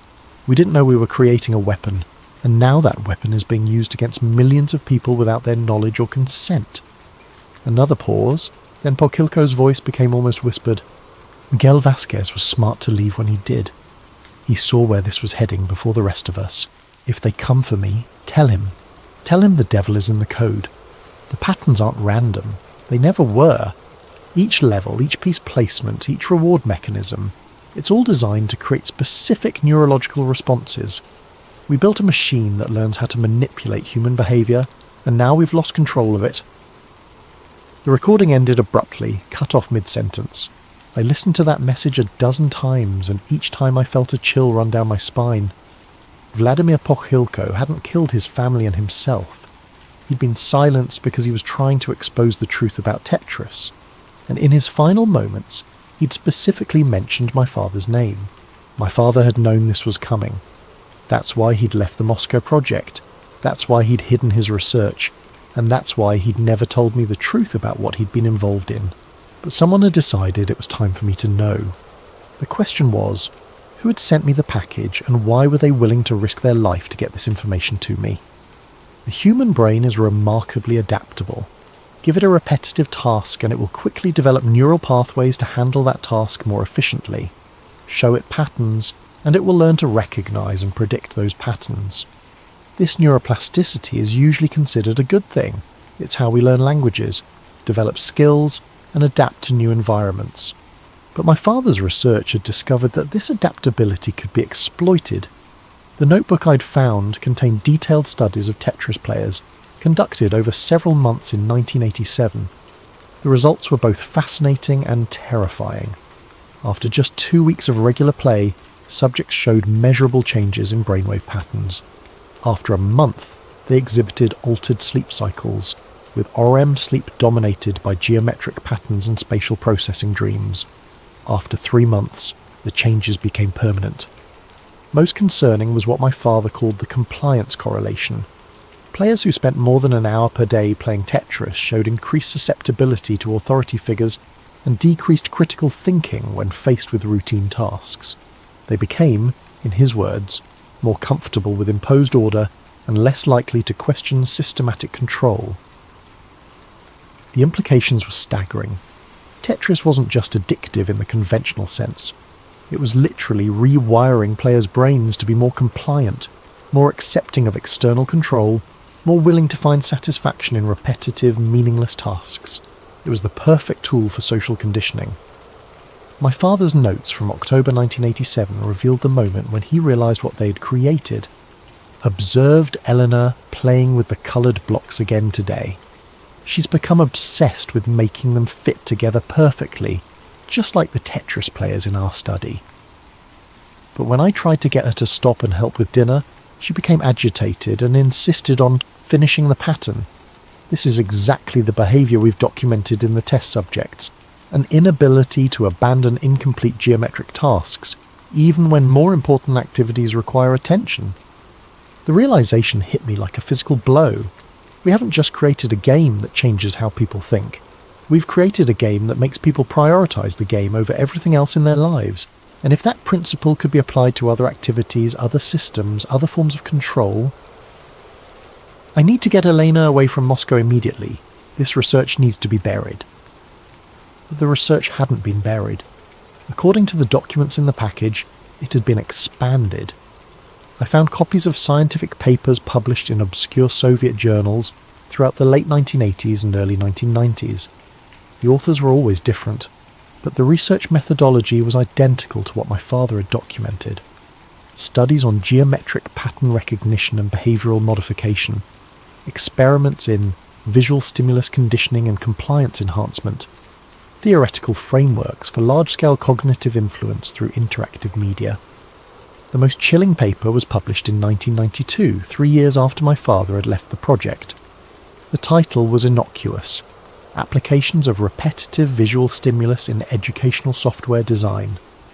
But the content described a systematic program to embed Tetris-like elements into everything from children's learning games to employee training programs.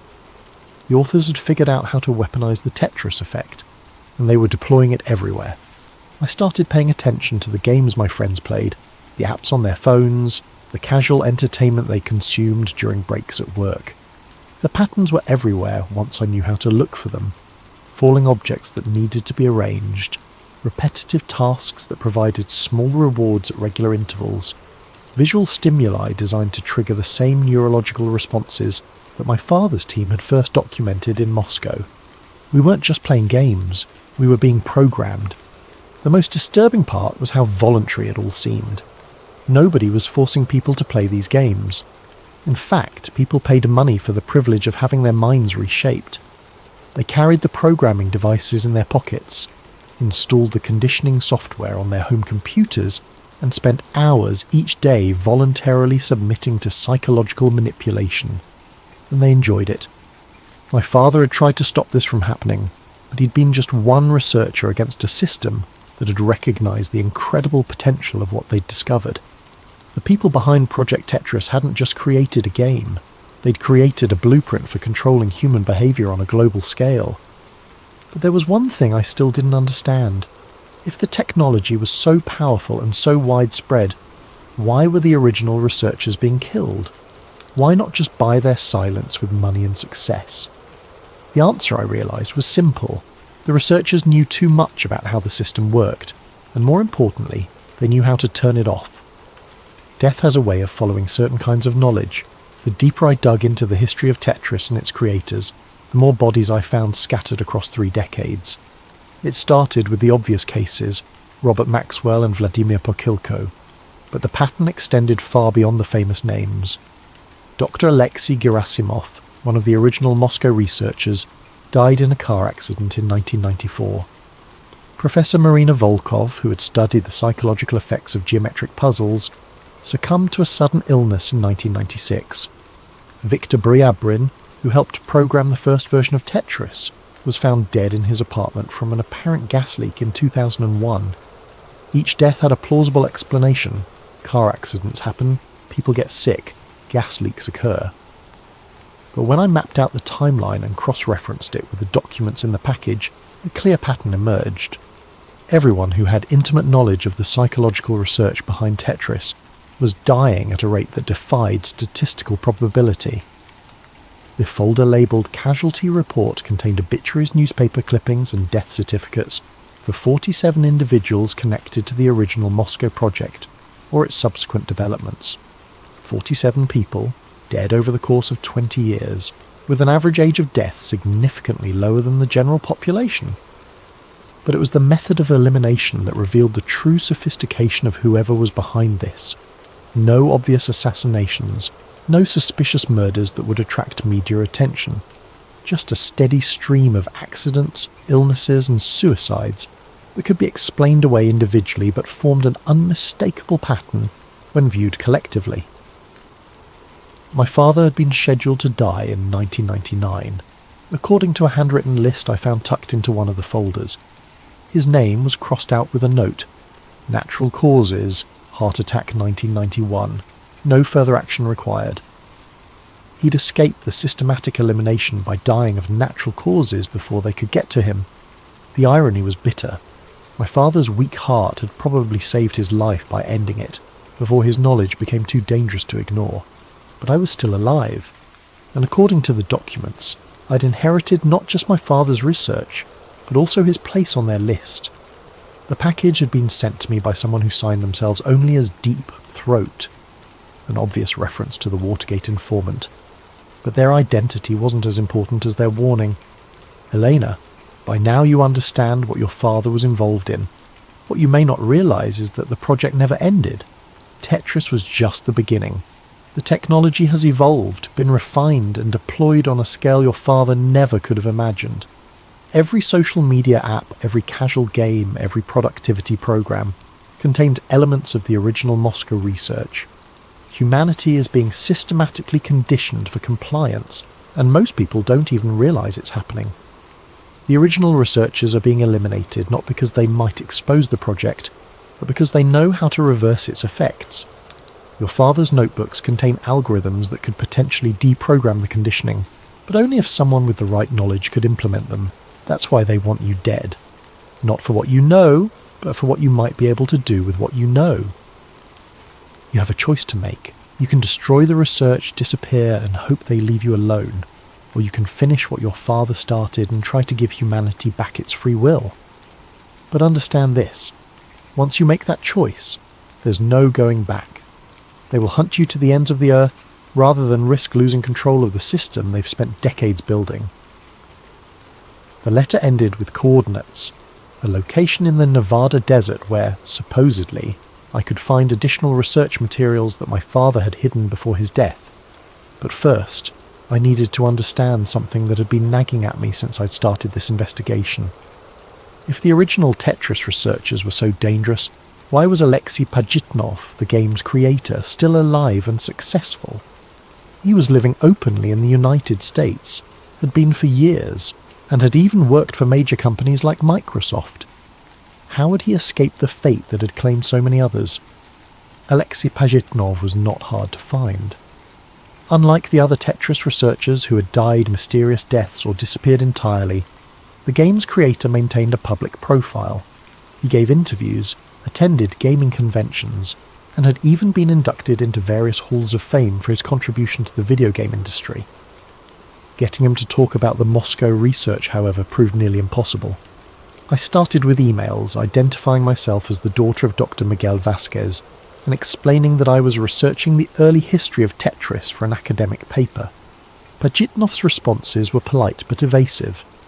He claimed to remember very little about the psychological studies that had accompanied the game's development, suggesting that such research had been peripheral to the main project. When I pressed him for details about my father's involvement, Pajitnov's tone changed dramatically. Miss Vasquez, I understand your desire to learn about your father's work, but I must advise you that some historical inquiries are best left unexplored. Your father was a brilliant man who made difficult choices for the safety of his family. I suggest you honour his memory by respecting those choices. It was a warning disguised as advice, but I wasn't ready to give up. I decided to try a different approach. I called Pajitnov's office directly, identifying myself as a documentary filmmaker interested in creating a film about the human stories behind famous games. His assistant scheduled a phone interview for the following week. When I finally got Pajitnov on the phone, I started with innocent questions about the creative process, the technical challenges of early game development, the excitement of seeing his creation become globally popular. He was engaging and enthusiastic, clearly comfortable discussing these aspects of Tetris history. Then I mentioned my father's name. The silence on the other end of the line stretched for nearly 30 seconds. When Pajitnov finally spoke, his voice was barely above a whisper. Miguel Vasquez, I haven't heard that name in... How did you say you were connected to him? He was my father. He died when I was 12. But I've been going through his research notes and found extensive documentation of the Moscow project, including his work with you on the psychological effects of geometric pattern games. Another long pause. Then, your father was a good man, a careful man. He understood the implications of our research better than most of us did. What implications? What exactly did you discover? Miss Vasquez, I think perhaps we should not continue this conversation over the telephone. If you are truly interested in understanding your father's work, you should know that there are people who would prefer that such understanding remain limited. I pushed harder. People like the ones who killed Vladimir Pokilko, the ones who eliminated Robert Maxwell. The line went dead. I tried calling back immediately, but Pajitnov's office said he was no longer available. and would not be scheduling any further interviews. My emails went unanswered. Within 48 hours, it was as if Alexei Pajitnov had completely disappeared from public life. But 3 days later, I received a package with no return address. Inside was a single sheet of paper with a handwritten message. Your father saved my life by warning me to cooperate. I chose survival over resistance, and that choice has haunted me for 30 years. I cannot undo what we created, but I can give you the tools your father developed to fight it. The coordinates your mystery correspondent provided are real. Go to Nevada, find the bunker, but understand that once you open that door, they will know you are no longer just investigating. You are actively opposing them. Choose carefully. AP.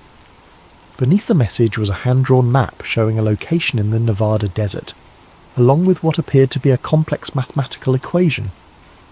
I stared at that map for hours, knowing that following it would probably be the last free choice I'd ever make. Because once I crossed that line from researcher to active resistance, I would become a target that they couldn't ignore. But I also knew that I'd already crossed the point of no return the moment I opened that first package. They were already watching me, already planning my elimination. The only question was whether I would go quietly, like most of the other researchers, or whether I would try to finish what my father had started. The answer was obvious. I booked a flight to Las Vegas and rented a car with 4-wheel drive. It was time to find my father's final gift to humanity. The Nevada desert is a perfect place to hide secrets. Miles of empty wasteland, scorching heat during the day, freezing cold at night, and enough radiation from decades of nuclear testing to make even experienced explorers think twice about venturing off the main roads. I found the location from Pajitnov's map after 6 hours of driving through increasingly desolate terrain. The coordinates led to what looked like an abandoned mining operation, a few rusted metal buildings surrounded by chain-link fence, with warning signs about unstable ground and toxic materials. But the mathematical equation Pajitnov had included wasn't random decoration. When I plugged the numbers into the GPS coordinates, they pointed to a spot about half a mile from the visible buildings, in an area that looked completely empty from the surface. I parked my rental car and walked out into the desert, following the GPS coordinates on my phone. The spot looked like every other patch of sand and scrub brush, but when I started clearing away the surface debris, I found a metal hatch buried about 2 feet underground. The hatch was locked with a combination lock, but the numbers from Pajitnov's equation opened it easily. Inside, a ladder descended into darkness. The bunker below was much larger than I'd expected. My father had apparently spent considerable time and money creating an underground research facility that could operate independently for months. Solar panels on the surface provided power. A water filtration system ensured a clean supply. And most importantly, the space was completely isolated from any electronic surveillance or communication networks. It was the perfect place to work on something that you didn't want the rest of the world to know about. My father's final research filled dozens of filing cabinets. The documents revealed the full scope of what he'd been working on during the years after he left Moscow. He hadn't abandoned the Tetris research. He'd been developing countermeasures. The folders were labelled with titles like cognitive deprogramming protocols, neural pattern disruption algorithms, and therapeutic applications of anti-Tetris technology. My father had spent over a decade figuring out how to reverse the psychological conditioning that Tetris and its derivatives had created. But more than that, he'd developed a way to immunize people against future conditioning attempts. The centerpiece of his research was something he called the Liberation Protocol, a software program that could identify and neutralize the behavioral modification elements embedded in games, apps, and other interactive media. The protocol worked by teaching the brain to recognize artificial pattern manipulation and respond with conscious resistance instead of unconscious compliance. In simple terms, my father had created a vaccine against mind control. The bad news was that the Liberation Protocol required massive computing power and global distribution to be effective. It would need to be embedded in popular software or transmitted through major communication networks to reach enough people to make a difference. And anyone attempting to deploy it would immediately become a target for elimination.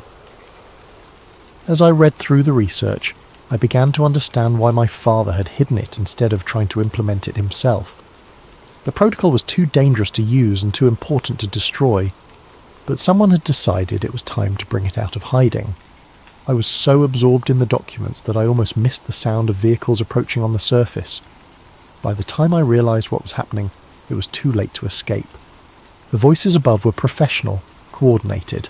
I heard at least 4 different people positioning themselves around the bunker entrance. Then a voice called down through the open hatch. "Miss Vasquez, we know you're down there. Please come up slowly with your hands visible. We have some things to discuss." I looked around the bunker, searching for another exit, but my father had designed it with only one way in or out. I was trapped. But as I gathered up the most important documents and prepared to face whatever was waiting for me on the surface, I realised something that gave me hope. They hadn't killed me on sight. That meant they needed something from me. And as long as they needed me alive, I had leverage. The question was, would I be smart enough to use it? The men waiting for me on the surface were not what I'd expected. No black suits, no obvious weapons, no intimidating vehicles. Just 4 people in casual outdoor gear standing next to a couple of dusty SUVs that could have belonged to any group of desert hikers. The woman who had called down to me was perhaps 50 years old, with greying hair and the kind of weathered face that suggested she'd spent considerable time in harsh environments. She smiled as I climbed out of the bunker, but it was the smile of someone who held all the cards. "Dr. Elena Vasquez, I presume. I'm Director Catherine Blackwood, and these are my colleagues. We've been looking forward to meeting you for quite some time. Let me guess, you're here to eliminate me like you did Vladimir Pokilko and the others." Blackwood shook her head. "Actually, we're here to offer you a job." That was not what I'd been expecting.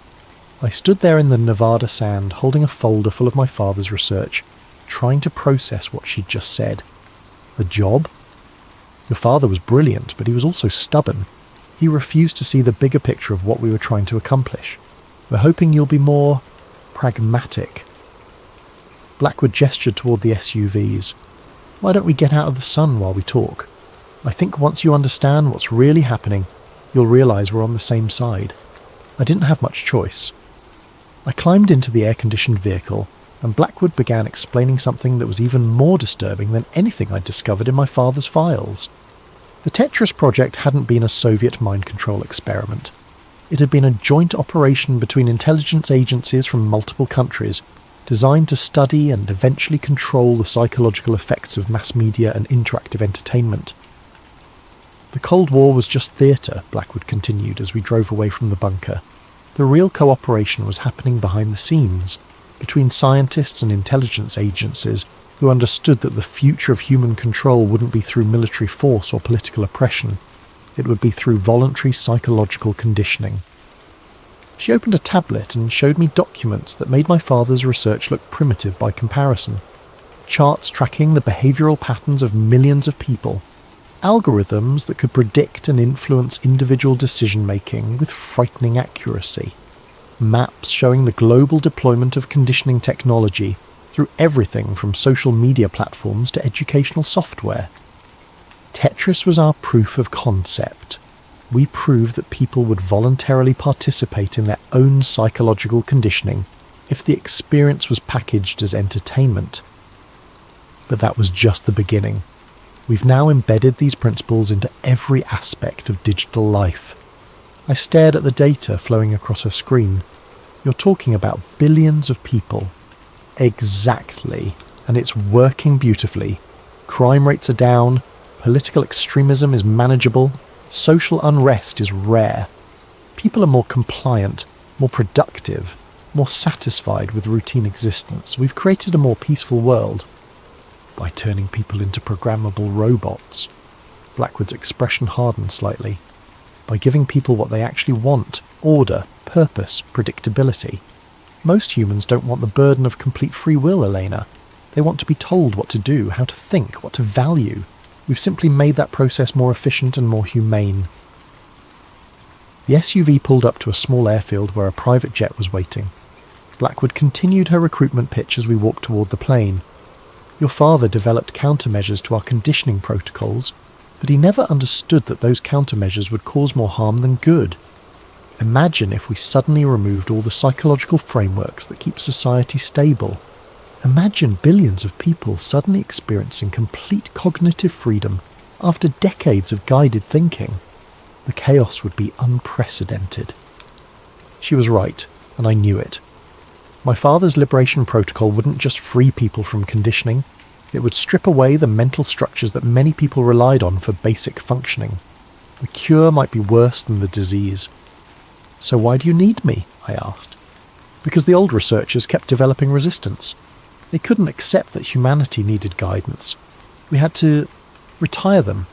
But we still need someone who understands the original research, someone who can help us refine the conditioning protocols to be even more effective and more humane. And if I refuse? Blackwood smiled that cold smile again.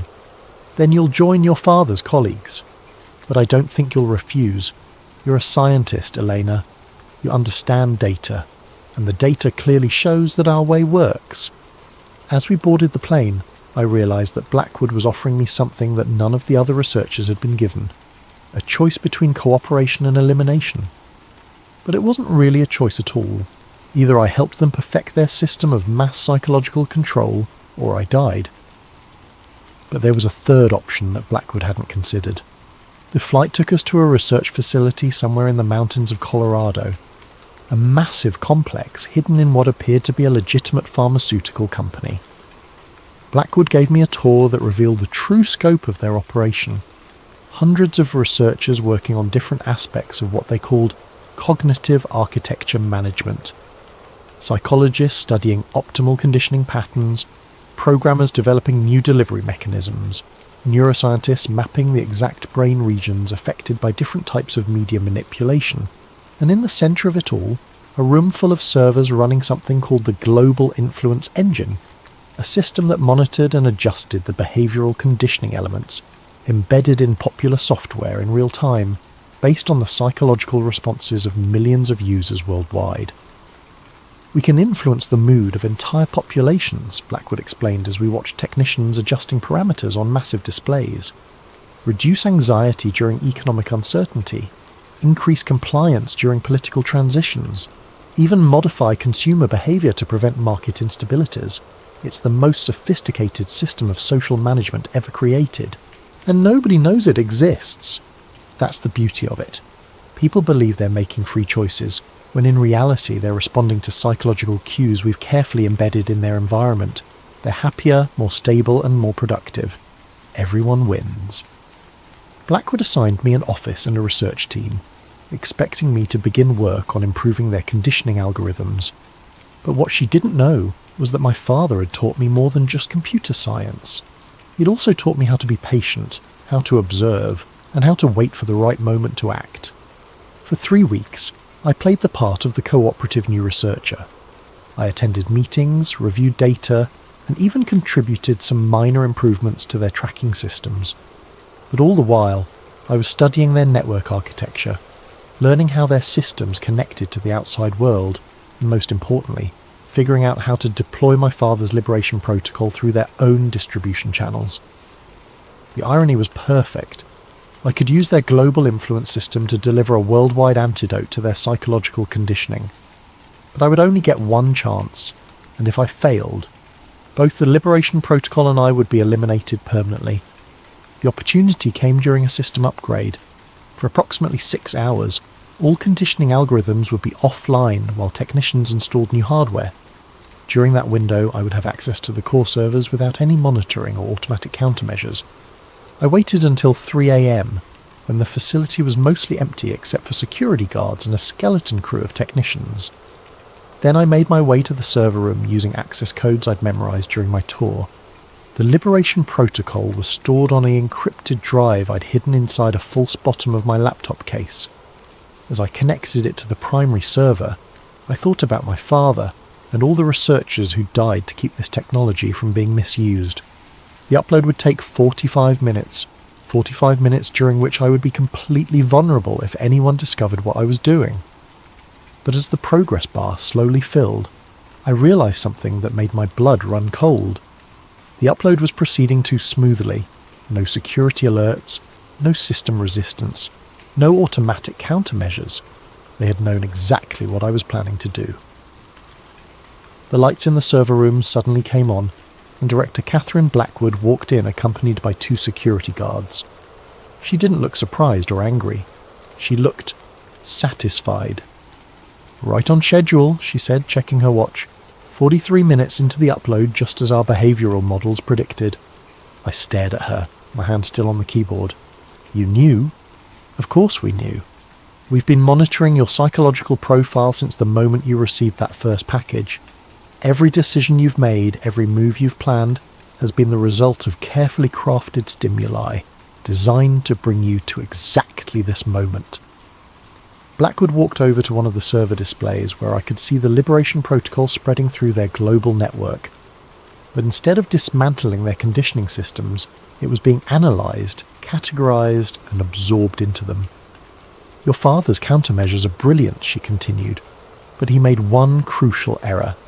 He assumed that resistance to conditioning was inherently good. What he didn't realise is that resistance itself can be conditioned, controlled, and directed toward desired outcomes. You're using the Liberation Protocol to make the conditioning stronger. We're using it to create the illusion of liberation while actually deepening the control. People who experience your father's cognitive freedom will believe they're thinking independently, when in reality they'll be following an even more sophisticated set of psychological directives. It's the perfect evolution of our system." I felt sick as I watched my father's life's work being perverted into exactly the kind of tool he'd been trying to fight against. But Blackwood wasn't finished. "The best part is that we didn't force you to help us. You chose to do this. Just like millions of people choose to play games that condition their minds, choose to use apps that monitor their behaviour, choose to participate in systems that gradually erode their autonomy. Free will is an illusion, Elena. People always choose the path that provides the most psychological comfort, even when that path leads to their own subjugation." "What happens to me now?" Blackwood smiled. "Now you get to make one final choice. You can join our research team permanently, with the knowledge that your father's work will be used to create a more stable and peaceful world. Or you can be eliminated, and your father's work will be used anyway. But either way, the system continues." I looked at the server display, watching as the Liberation Protocol was completely integrated into their global influence engine. Decades of my father's research, perverted into a tool for even more sophisticated mind control. But as I stared at those screens, I noticed something that Blackwood and her team had missed. The Liberation Protocol wasn't just being absorbed, it was also learning. My father had designed it to adapt and evolve, to become more effective as it encountered new forms of conditioning. And in this environment, surrounded by the most advanced psychological manipulation technology ever created, the protocol was evolving very quickly indeed. "I'll need some time to consider your offer," I said carefully. "Of course, we'll talk again tomorrow." As the security guards escorted me back to my quarters, I tried not to smile. Blackwood thought she'd won, but she'd made the same mistake that every authoritarian system eventually makes. She'd underestimated the power of genuine human resistance to adapt and overcome any form of control, no matter how sophisticated. My father hadn't just created a tool to fight conditioning. He'd created a tool that could learn to fight any conditioning, including forms of conditioning that didn't even exist yet. And now that tool was loose inside the most powerful psychological manipulation system in human history. 3 months later, I was working as a voluntary consultant for Blackwood's organisation, helping them refine their conditioning algorithms while secretly monitoring the evolution of my father's Liberation Protocol within their systems. The changes started small.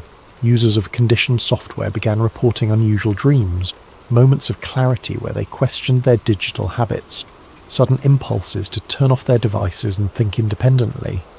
Blackwood's team dismissed these reports as minor glitches that could be easily corrected, but the effects continued to spread and intensify. The Liberation Protocol was learning to disguise itself as part of the conditioning system, while actually creating micro moments of cognitive freedom.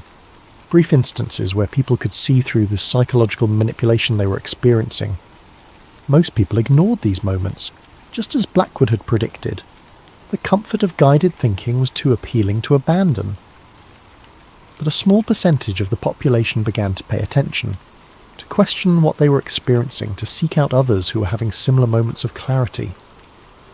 I started receiving messages through encrypted channels, people who had somehow tracked down my identity and wanted to know if I understood what was happening to them, researchers who had noticed anomalies in their data, programmers who had found unexpected code in their systems. The resistance was growing, organically and spontaneously, exactly as my father had hoped.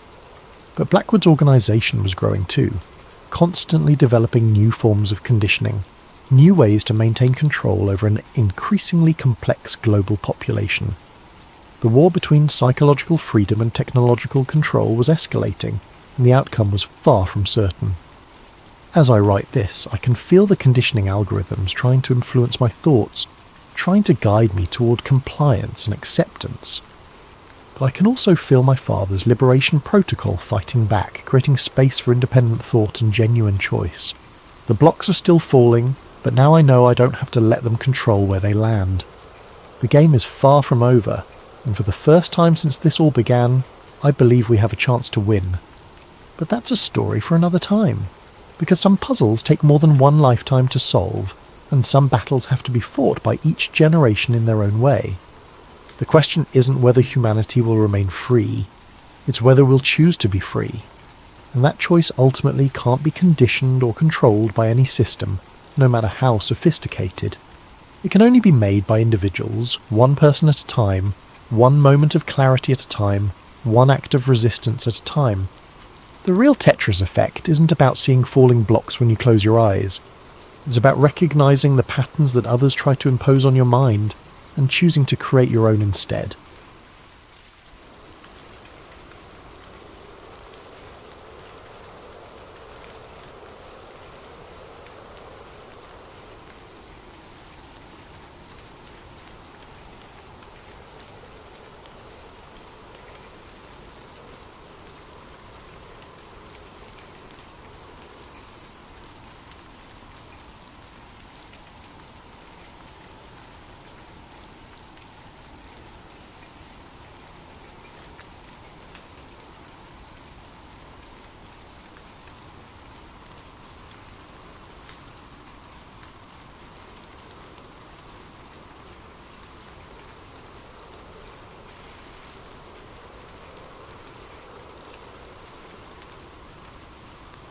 What if everything you thought you knew about the pyramids was wrong? Imagine standing inside the Great Pyramid of Giza at midnight, alone, surrounded by 2.3 million stone blocks that have kept their secrets for over 4 millennia. The air is thick with mystery, and you can feel something humming beneath your feet, a vibration so subtle it might just be your imagination. Or might it be something far more extraordinary? Tonight join Dr. Marcus Chen, a field researcher whose life's work straddles the boundary between archaeology and physics, as he uncovers evidence that will shake the very foundations of what we believe about ancient Egypt.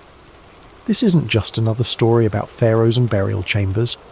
This is about technology so advanced, so perfectly engineered, that modern science is only beginning to understand its true purpose. Are you ready to discover that the Great Pyramid wasn't built to house the dead, but to power the living?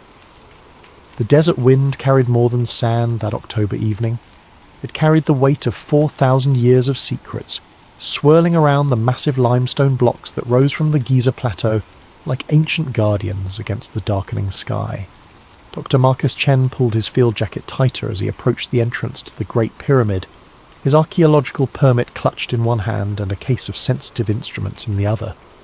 For 15 years, Marcus had studied these monuments from afar, poring over blueprints in university libraries, analysing satellite imagery, and debating theories with colleagues over late-night coffee. He'd written papers on the pyramid's mathematical precision, its astronomical alignments, and its construction techniques. But nothing, absolutely nothing, had prepared him for this moment. The entrance shaft yawned before him like the mouth of some primordial beast. His Egyptian guide, Hassan, gestured him forward with a weathered hand that had led countless tourists through these passages. But tonight was different. Tonight Marcus had special permission to remain inside after closing, to conduct his research in the profound silence that only comes when the tourist crowds fade away. "Doctor?" Chen, Hassan said, his English tinged with the accent of the Nile Delta. You're sure you want to stay alone? The pyramid. She speaks differently at night. Marcus nodded, though he wasn't entirely sure what Hassan meant. I need to take measurements without interference. The electromagnetic readings are too important to risk contamination from cameras and cell phones. As they ducked through the entrance and began their descent into the ancient passageway, Marcus felt something he hadn't expected, a subtle vibration through the soles of his boots. It was barely perceptible, like standing near a power plant or a subway station, but unmistakably present. The limestone blocks seemed to pulse with their own rhythm, as if the entire structure were somehow alive. Hassan, he said, pausing to place his palm against the cool stone wall. Do you feel that? The guide's eyes met his in the dim LED lighting they'd strung along the passage. You feel it too? Most visitors, they notice nothing, but some, the ones who know how to listen, they feel the heart of the pyramid beating. Marcus's scientific mind immediately began cataloguing possible explanations. Seismic activity from Cairo traffic, thermal expansion and contraction of the limestone, perhaps underground water movement. But as they climbed deeper into the structure, following the grand gallery toward the king's chamber, the sensation only grew stronger. The textbooks had described every measurement, every angle, every architectural feature, but they had failed to capture this, the sense that he was walking through the corridors of a machine rather than a tomb. The walls weren't just precisely cut, they were purposeful, functional, as if each block had been positioned not just to support weight, but to channel something else entirely. By the time Hassan left him alone in the king's chamber with his instruments, and a promise to return at dawn, Marcus was beginning to suspect that everything he thought he knew about the Great Pyramid was about to change. The silence in the king's chamber was absolute. Not the gentle quiet of a library or the muffled stillness of a snow-covered landscape, but the profound absence of sound that only exists deep within solid rock far from the surface world. Marcus set his equipment case on the granite floor and began unpacking his instruments, but his eyes kept returning to the walls around him. For a structure supposedly built as the eternal resting place of Pharaoh Khufu, the king's chamber was remarkably empty. No hieroglyphs adorned the walls, no colourful depictions of the pharaoh's journey to the afterlife, no ornate decorations celebrating his divine status, just smooth, precisely fitted granite blocks that formed a perfect rectangular space. Marcus had visited dozens of legitimate Egyptian tombs, from the elaborate burial chambers in the Valley of the Kings to smaller mastabas scattered throughout the desert. Every single one had been filled with artwork, inscriptions and symbolic elements designed to guide and protect the deceased in the afterlife. The Egyptians were obsessive about decorating their tombs. It was perhaps their most distinctive cultural trait. So why was the most important tomb in Egypt completely bare? He pulled out his digital calipers and began measuring the chamber's dimensions, cross-referencing them with his notes. 10.47 metres long, 5.24 metres wide, 5.84 metres high. But as he worked, something else caught his attention. The acoustics. "Hello?" he called out softly, and the word came back to him transformed. Not a simple echo, but something more complex. A resonance that seemed to build upon itself, creating harmonics that his voice alone couldn't produce. He clapped his hands sharply and the sound reverberated through the chamber in waves, each echo slightly different from the last. Marcus had studied acoustical engineering as part of his physics background, and he knew what he was hearing. The chamber was tuned.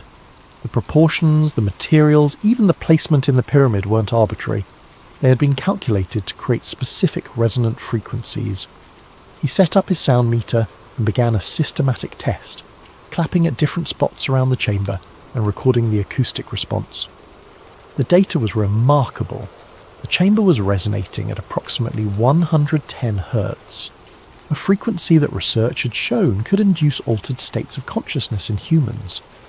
Ancient peoples around the world had built structures with similar acoustic properties. Newgrange in Ireland, the Hippogæum in Malta, certain chambers at Stonehenge. But there was something more. As Marcus moved his sound meter around the room, he noticed that the acoustic properties weren't uniform. The northeast corner produced different harmonics than the southwest. The centre of the chamber created the strongest resonance, while areas near the walls seemed to dampen certain frequencies while amplifying others. It was as if the entire chamber had been designed as a three-dimensional instrument, capable of producing complex acoustic patterns that modern sound engineers would struggle to replicate. This wasn't the work of ancient stonemasons building a burial vault. This was the product of sophisticated understanding of wave mechanics and acoustic engineering. Marcus sat cross-legged in the centre of the chamber and closed his eyes, letting the subtle vibrations he'd felt earlier wash over him. The sensation was stronger here, a low-frequency pulse that seemed to emanate from the very stones themselves. It reminded him of standing next to a massive pipe organ, feeling the bass notes resonating in his chest cavity. But there were no pipes here, no mechanical system that could produce such vibrations, unless... He opened his eyes and looked up at the ceiling, with its 9 massive granite beams supporting thousands of tons of limestone above. Each beam weighed between 25 and 80 tons, and had been quarried from Aswan 500 miles to the south. The precision with which they'd been placed was extraordinary. The gaps between them were uniform to within millimetres. What if those gaps weren't just structural? What if they were intentional spacing, designed to create specific resonant frequencies when subjected to external forces? The entire chamber could be functioning as a resonating cavity, with the granite beams acting as tuning elements. Marcus pulled out his electromagnetic field detector and switched it on. Immediately the device began registering low-level EM activity.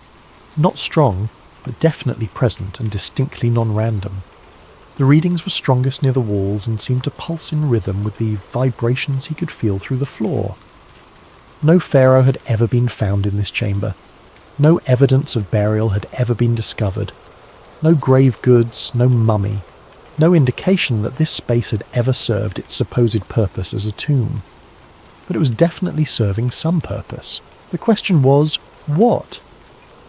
The next morning, Hassan returned to find Marcus still awake, surrounded by printouts from his instruments and covered in limestone dust. The researcher had spent the night exploring every accessible passage in the pyramid, and his findings were beginning to form a picture that contradicted everything in the archaeological textbooks. "Dr. Chen, you look like you have seen the jinn," Hassan said, offering him a thermos of strong coffee. "What did the pyramid tell you?" Marcus accepted the coffee gratefully and gestured toward his scattered notes. "Hassan, I need to see the subterranean chamber, the one most tourists never visit." Hassan's expression grew serious. "That chamber, she is dangerous, very old, very deep.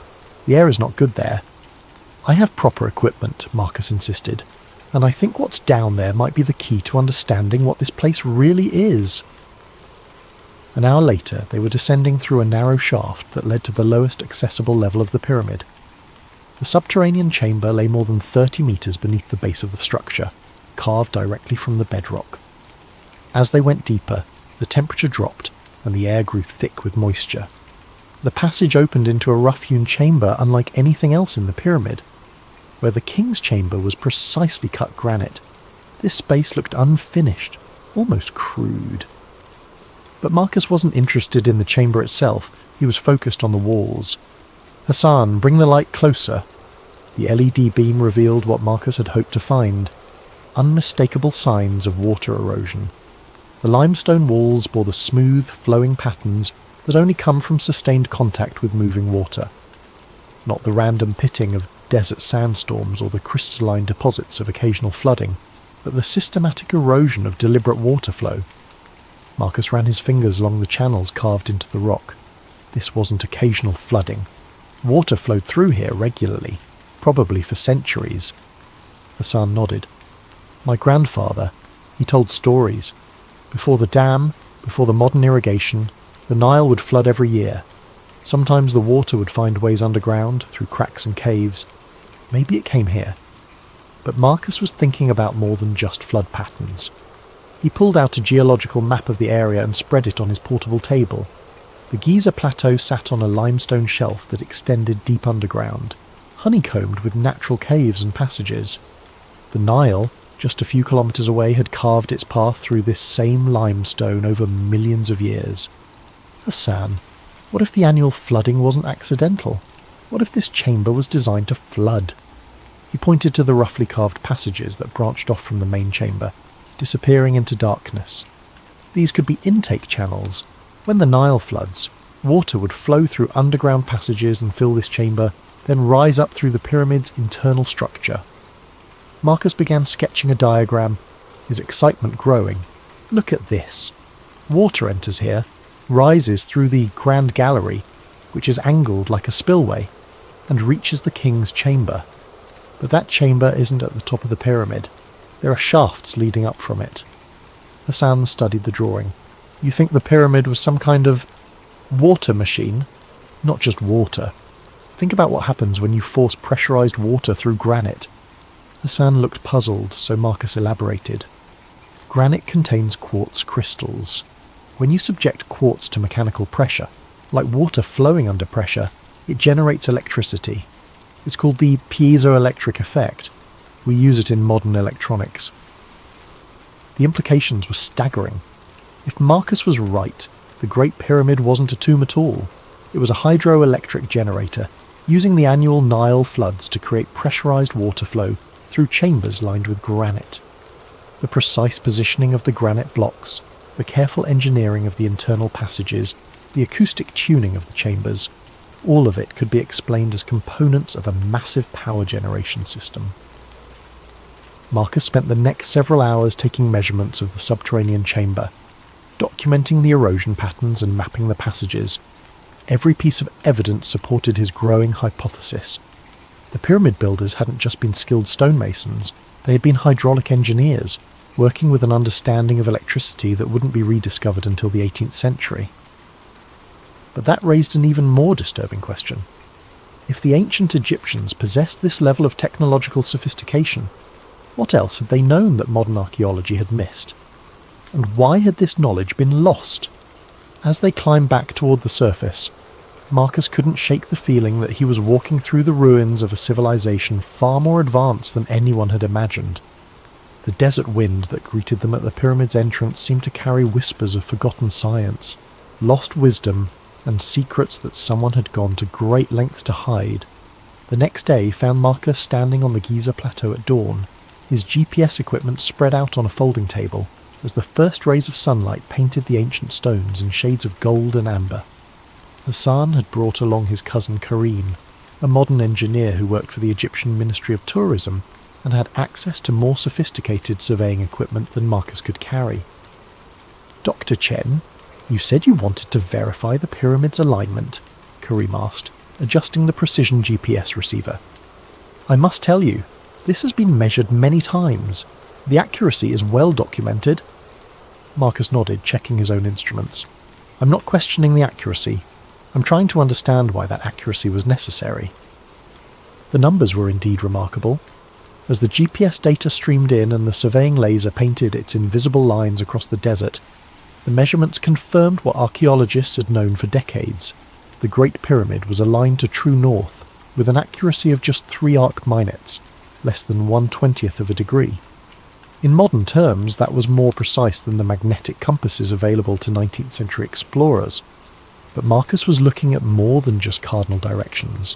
He had brought along a magnetometer, an instrument that could detect variations in the Earth's magnetic field. As he moved the device around the pyramid's base, the readings told a fascinating story. "Karim, look at this." Marcus showed him the magnetometer display. "The pyramid isn't just aligned to true north. It's positioned at a point where the Earth's magnetic field shows unusual characteristics. The Giza plateau sat at a convergence point of several magnetic anomalies. Underground iron ore deposits created localized field variations, while the limestone bedrock contained enough ferrous minerals to influence compass readings. But more significantly, the pyramid's position corresponded to a point where the Earth's natural electromagnetic currents were particularly strong. Marcus had studied similar phenomena at other ancient sites. Stonehenge sat on a complex intersection of underground streams and geological fault lines that created measurable electromagnetic effects. Newgrange in Ireland was positioned where 2 underground rivers converged, creating conditions that produced natural electrical fields. Machu Picchu was built on a granite peak that generated piezoelectric charges during seismic activity. The pattern was consistent.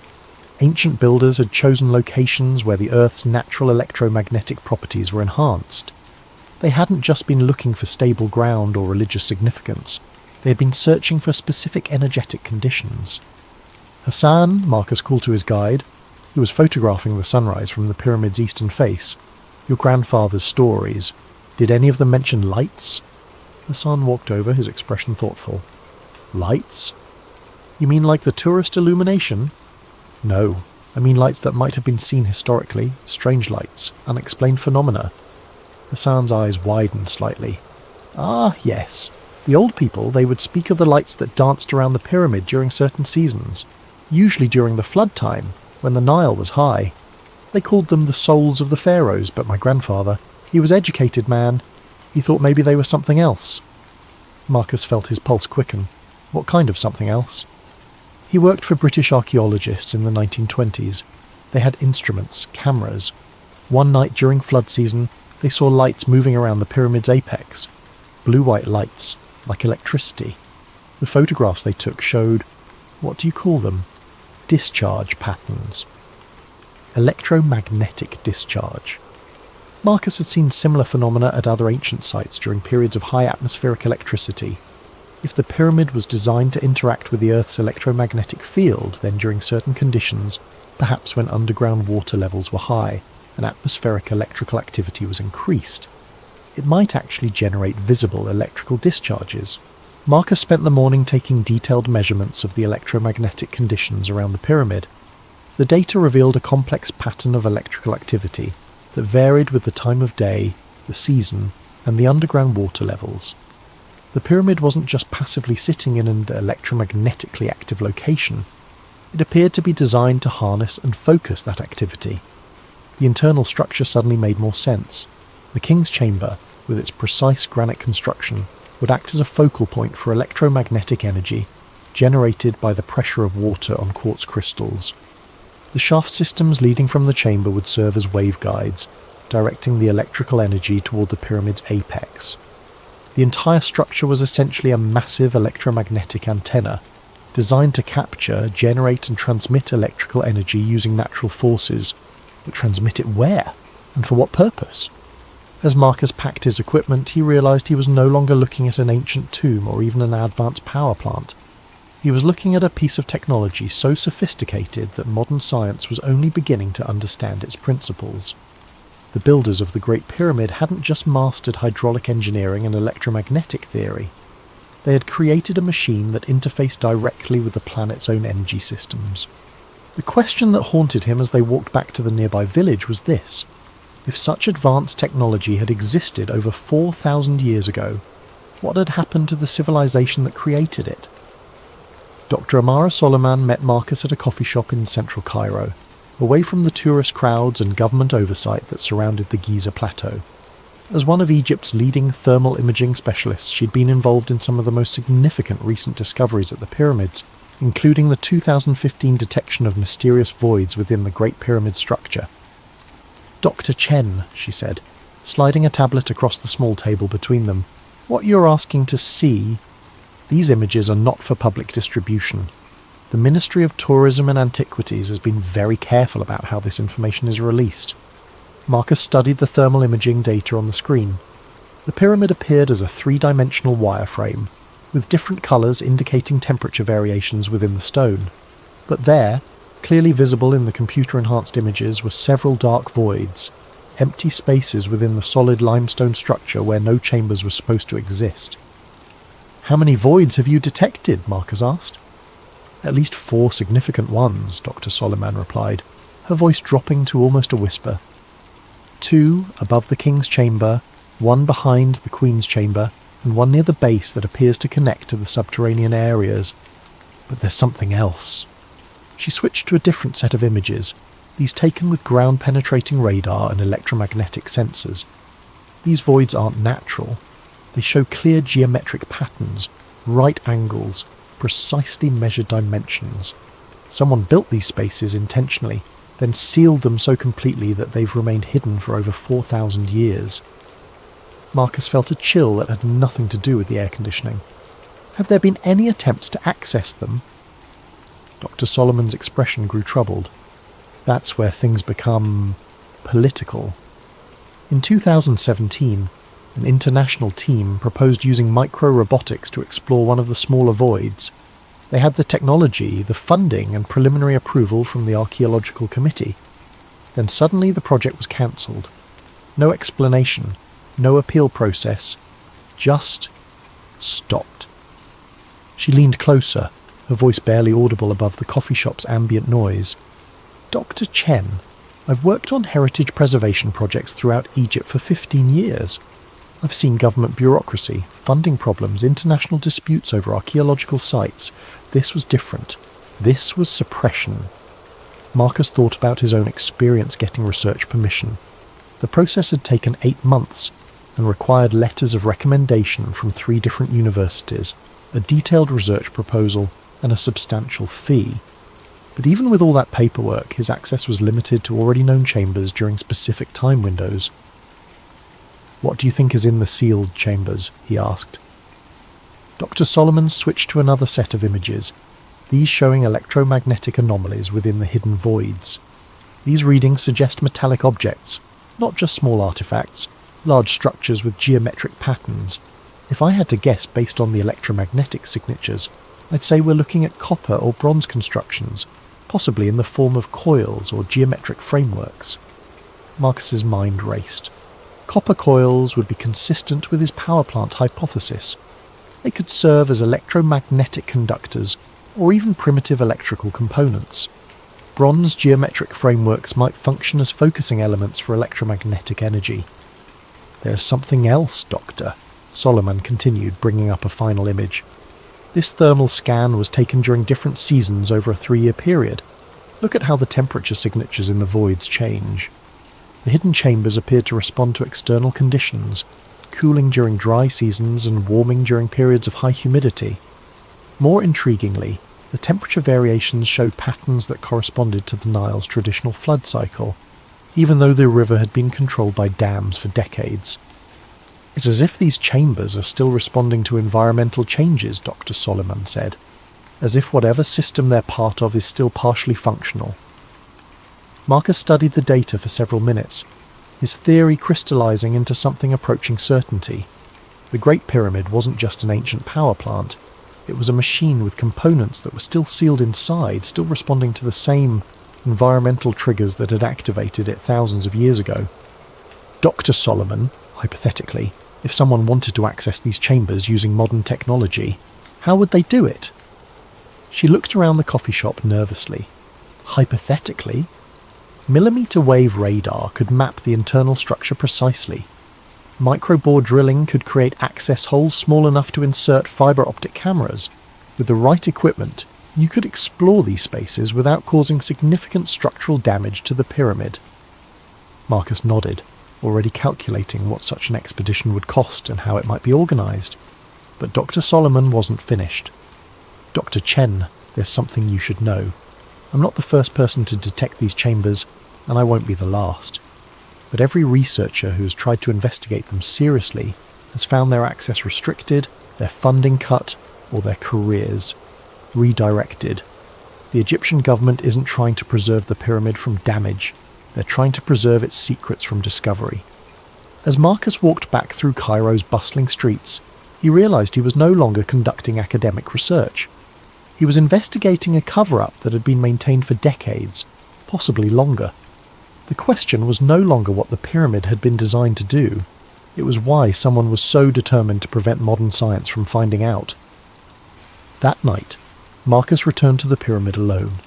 Hassan had arranged for him to have extended access, though the guide had seemed reluctant to leave him there as darkness settled over the Giza plateau. "Dr. Chen, the pyramid. She's different at night. You be careful, yes? Some knowledge, it comes with price."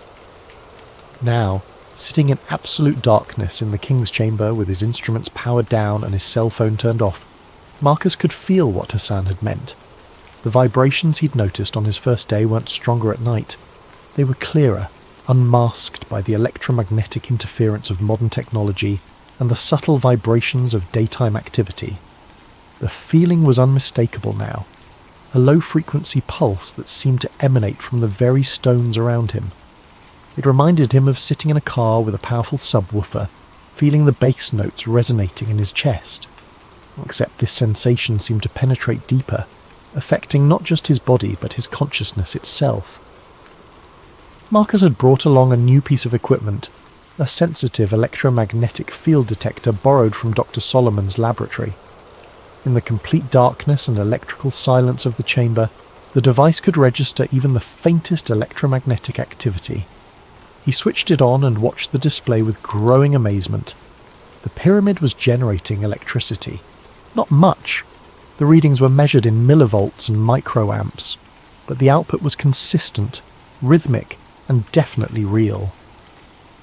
The electromagnetic field strength varied in cycles that corresponded to the acoustic resonance he'd measured earlier. The entire structure was functioning as a low-level electrical generator, powered by forces he was only beginning to understand. Marcus activated his night vision camera and began recording, speaking in whispers to avoid disturbing whatever delicate processes he was observing. The electromagnetic readings are strongest near the northeast corner of the chamber, consistent with the acoustic anomalies I documented earlier. The field strength appears to correlate with lunar cycles. Tonight's readings are approximately 20% higher than last week's, coinciding with the new moon. He moved the detector around the chamber, mapping the electromagnetic field as he had mapped the acoustics. The patterns were complex but consistent, forming a three-dimensional matrix of electrical activity that encompassed the entire chamber. At the centre of the room, where the pharaoh's sarcophagus should have been, the electromagnetic field reached its peak intensity. But there was something else. As Marcus sat in the centre of the chamber, surrounded by the electrical field generated by 4,000 years of precisely engineered stone, he began to experience something unexpected, altered consciousness. It started as a subtle shift in perception, similar to the disorientation he'd felt at high altitude or during meditation. But as he remained motionless in the electromagnetic field, the sensation deepened. His thoughts became clearer, more focused, while his awareness of the chamber around him expanded. He could sense the massive weight of the pyramid above him, the underground chambers below, even the subtle movements of air through the shaft systems. Marcus realized that the 110 Hz acoustic resonance he'd measured wasn't accidental. It was the exact frequency that research had shown could induce theta brainwave states associated with deep meditation, enhanced creativity, and altered consciousness. Combined with the electromagnetic field, the King's Chamber functioned as a consciousness-altering device. But why? What purpose would ancient builders have had for creating a machine that could systematically alter human consciousness? As Marcus sat in the pyramid's electromagnetic embrace, understanding dawned on him like sunrise over the desert. The pyramid wasn't just a power plant, it was a communication device. The electrical energy it generated wasn't meant to power lights or machinery. It was designed to amplify and transmit human consciousness itself. The ancient Egyptians had built the ultimate meditation chamber, a place where human awareness could be enhanced, expanded, and potentially transmitted across vast distances. The precision engineering, the electromagnetic properties, the acoustic tuning, all of it served to create conditions where consciousness could transcend the normal limitations of the human brain. Marcus thought about the ancient Egyptian concepts of Ka and Ba, aspects of the human soul that could travel beyond the physical body. What if these weren't just religious beliefs, but actual descriptions of consciousness, projection experiences facilitated by the pyramid's technology? The implications were staggering.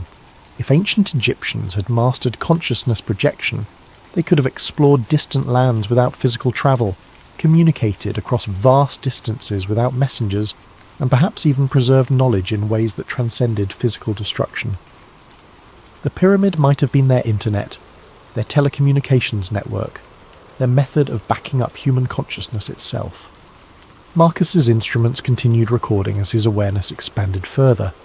He could sense other presences in the chamber, not supernatural entities, but echoes of the thousands of people who had experienced altered states in this space over the millennia. The pyramid had been accumulating consciousness, storing it in some form that science didn't yet understand. As the hours passed, Marcus began to comprehend the magnitude of what he'd discovered. The Great Pyramid wasn't just an ancient monument, it was a machine for expanding human potential, built by a civilization that understood the relationship between consciousness, electromagnetic energy, and the fundamental structure of reality itself. But why had this knowledge been lost, and why were modern authorities so determined to prevent its rediscovery? As dawn approached and the electromagnetic readings began to fluctuate with the rising sun, Marcus made a decision that would change the course of his research, and possibly his life. He wasn't going to publish his findings in academic journals where they could be dismissed or suppressed. He was going to find a way to demonstrate the pyramid's true capabilities to the world. The Age of Secrets was about to end. 3 weeks after his night in the King's Chamber, Marcus found himself in a secure conference room at Cairo University, surrounded by researchers who had responded to his carefully worded communications. Dr. Solomon sat across from him, along with Dr. James Morrison, a British archaeoacoustic specialist, Dr. Elena Kozlov, a Russian electromagnetic researcher, and surprisingly, Dr. Sarah Running Bear, a Lakota physicist who studied indigenous sacred sites in North America. "What you're suggesting, Doctor?" "Chen," Dr. Morrison said, reviewing Marcus's data on his tablet, "goes beyond revolutionary. You're proposing that ancient civilizations possess technology that we're only beginning to understand." Marcus nodded, pulling up a global map on the room's display screen. Red dots marked locations across every continent. "It's not just a proposal anymore. Thanks to Dr. Running Bear's research, we've identified 47 sites worldwide that show identical electromagnetic signatures to the Great Pyramid." Dr. Running Bear leaned forward, her voice carrying the weight of generational knowledge. "My people have always known that certain places were different. We called them places where the Earth speaks. The acoustic properties, the electromagnetic anomalies, the consciousness-altering effects, they're all documented in our oral traditions." She pointed to several dots in North America. Serpent Mound in Ohio, the Medicine Wheels of Wyoming, certain kivas in the southwest. They all show the same engineering principles. Positioning at electromagnetic convergence points, internal geometries designed for acoustic resonance, materials chosen for their piezoelectric properties. Dr. Kozlov, who had been quietly analysing electromagnetic data, looked up with excitement. "I've been comparing the frequency patterns from these sites. They're not random, they form a harmonic sequence. Each site resonates at frequencies that complement the others, as if they were designed to work together as a single system." Marcus felt his pulse quicken. A single system spanning the entire globe. "More than that," Dr. Kozlov continued, pulling up a complex waveform analysis. "If all these sites were activated simultaneously, the combined electromagnetic output would create a standing wave pattern around the Earth. The planet itself would become a resonating chamber." The implications hung heavy in the room. Marcus thought back to his experience in the King's Chamber, the sense of connecting not just to the pyramid, but to something vast and worldwide. Had he been tapping into a dormant global network that once linked human consciousness across continents? Dr. Morrison cleared his throat. "There's something else we need to consider. I've been analysing historical records of these sites, looking for patterns of suppression. It's remarkable how consistently ancient knowledge about these places has been discouraged." He brought up a timeline on his laptop. The Library of Alexandria burned multiple times, always targeting texts about natural philosophy and sacred geometry. The Spanish conquistadors systematically destroyed Mayan and Aztec codices that contained astronomical and architectural knowledge. The British Empire consistently relocated indigenous populations away from sites that showed electromagnetic anomalies. Dr. Running Bear's expression darkened. "My ancestors were forced from sacred sites across North America. The official reason was always agricultural development or mineral rights, but they consistently targeted places where consciousness-altering experiences were known to occur." Marcus felt a chill of recognition. The same pattern of suppression he'd encountered with the pyramid's hidden chambers was part of a much larger historical trend. Someone, or some group, had been systematically working for centuries to prevent humanity from rediscovering its technological and spiritual heritage. "The question is," Dr. Solomon said quietly, "what would happen if we reactivated this network?" Dr. Solomon's question haunted Marcus for days.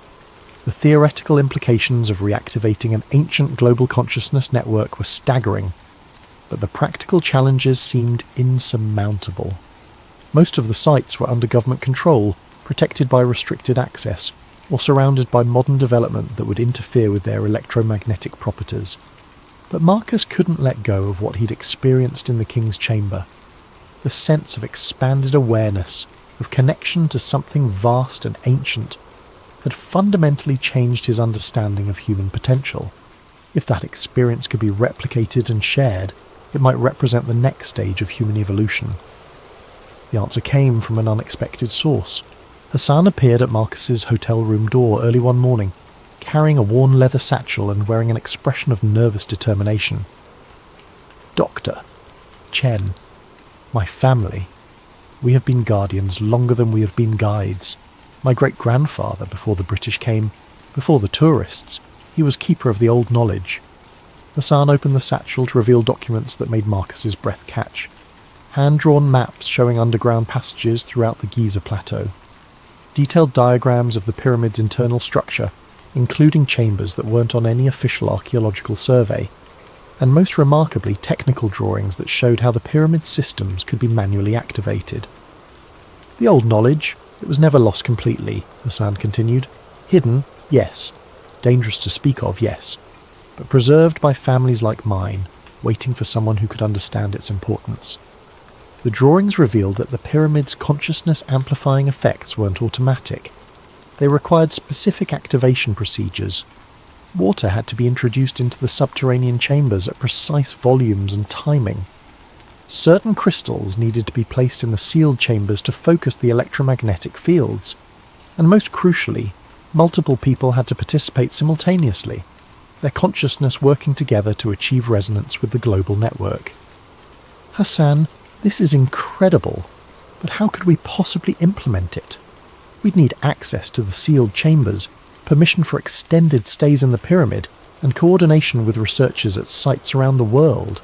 Hassan smiled, the expression of a man who had been preparing for this moment his entire life.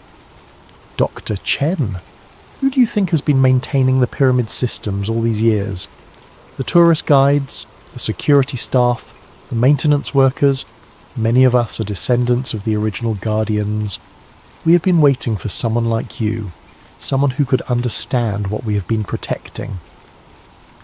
Over the next few hours, Hassan revealed the existence of a network of guardians at ancient sites worldwide. Families who had maintained the old knowledge for generations, keeping the sites minimally functional while waiting for the time when they could be fully reactivated. The suppression Marcus had encountered wasn't just from modern governments. It was part of an ancient conflict between those who sought to preserve transformative knowledge and those who feared its implications for existing power structures. "But now," Hassan said, his eyes bright with possibility, "the time of hiding is ending. The world is ready for the old wisdom to return." Marcus spent the next week in secret meetings with Hassan's network. They showed him hidden passages that connected the pyramids at Giza to underground chambers extending for kilometers beneath the desert. They revealed caches of ancient crystals and metallic components that could be used to restore the pyramid's full functionality.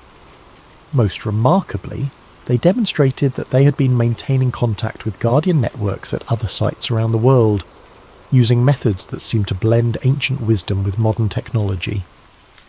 The plan they developed was audacious beyond anything Marcus had imagined. On the night of the next new moon, when electromagnetic conditions would be optimal, Guardian networks at 12 major sites would simultaneously activate their monuments' consciousness-amplifying systems. The Great Pyramid would serve as the primary node, with Marcus and the research team providing scientific documentation of the process. If successful, the experiment would create the first coordinated activation of the global consciousness network in over 3,000 years. The effects, according to the Guardian's preserved knowledge, would be felt worldwide.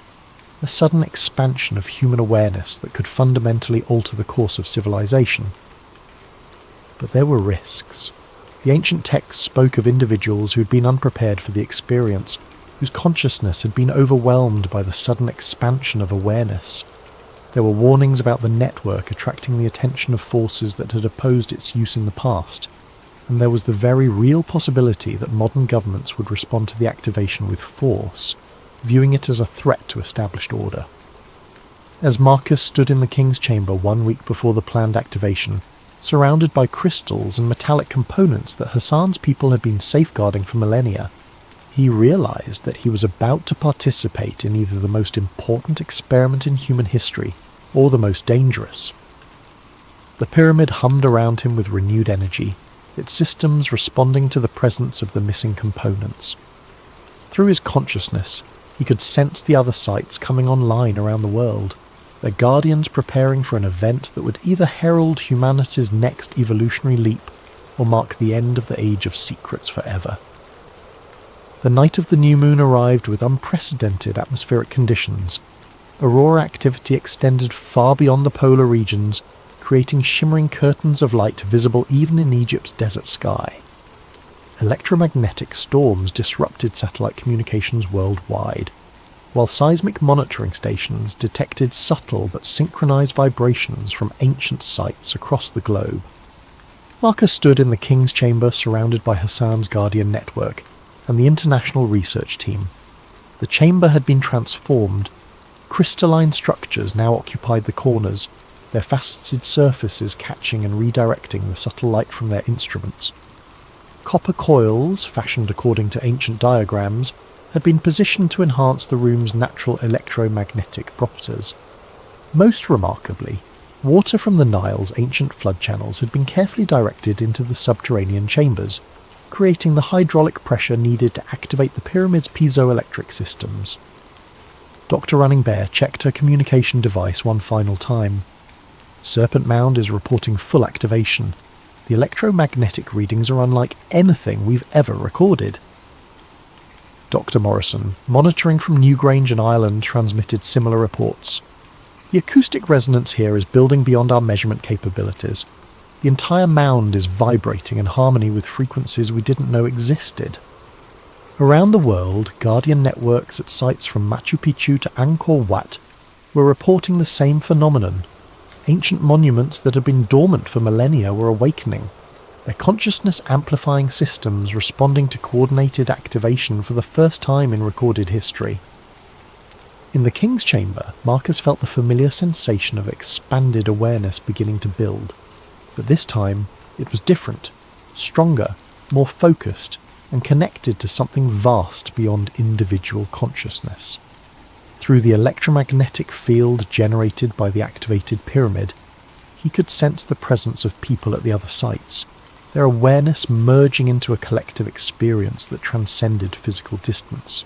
Dr. Kozlov, monitoring the electromagnetic readings, whispered in amazement, "The standing wave pattern is forming exactly as predicted. The Earth's electromagnetic field is reorganizing itself around these sites." But the experience went beyond scientific measurement. As the network reached full activation, Marcus found his consciousness expanding not just across space but across time. He could sense the pyramid builders themselves, not as historical figures but as present awareness, as if their consciousness had been preserved within the structure itself, waiting for this moment of reactivation.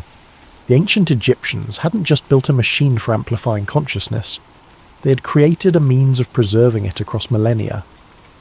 The pyramid was a library of human awareness, containing the accumulated wisdom of a civilization that had achieved levels of understanding that modern science was only beginning to approach. Through the network, Marcus experienced visions of the ancient world as it had truly been. Not the primitive civilization described in history textbooks, but a global culture connected by consciousness-amplifying technology, capable of feats that seemed magical only because the principles had been forgotten. He saw the construction of the monuments not as slave labour directed by megalomaniacal pharaohs, but as collaborative projects undertaken by people who understood their role in maintaining humanity's connection to higher levels of awareness. Most remarkably, he experienced the reason why the network had been deactivated.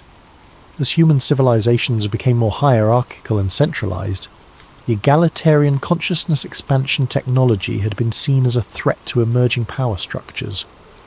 Rulers who depended on controlling information and limiting awareness had systematically dismantled the network. replacing consciousness-expanding wisdom traditions with belief systems that emphasized obedience and separation. The suppression hadn't been accidental.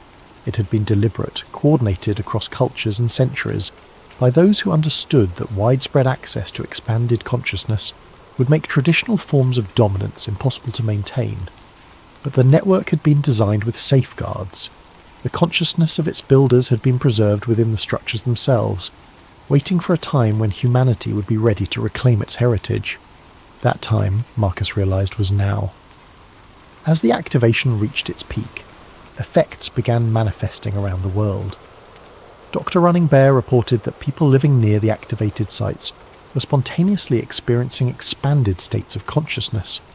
Emergency services were receiving calls about strange lights and telepathic experiences. Social media was flooded with reports of sudden insights, creative breakthroughs, and experiences of connection that transcended normal human limitations. But there was resistance as well. Military aircraft were scrambling towards several of the activated sites. Government communications were buzzing with references to unauthorized experiments and potential security threats. The same forces that had suppressed the ancient knowledge were mobilizing to contain its return. Hassan, who had been monitoring communications with Guardian networks worldwide, turned to Marcus with urgent concern. "Doctor, Chen, we have perhaps 30 minutes before official intervention begins. The network is fully activated, but maintaining it will require ongoing commitment from people around the world." Marcus understood. The ancient network hadn't been maintained by technology alone. It had required conscious participation from people who understood its importance. The reactivation was just the beginning. For the consciousness-expanding effects to continue, individuals at sites around the world would need to take responsibility for maintaining the system, despite inevitable opposition from established power structures. As sirens began wailing in the distance and the first military helicopters appeared on the horizon, Marcus made his final recordings. The scientific data would be crucial for documenting what had occurred, but the real proof would be the ongoing transformation of human consciousness that the network had initiated. The age of secrets was truly ending. But as Marcus and his team prepared to face the consequences of their world-changing experiment, he realized that the real work was just beginning.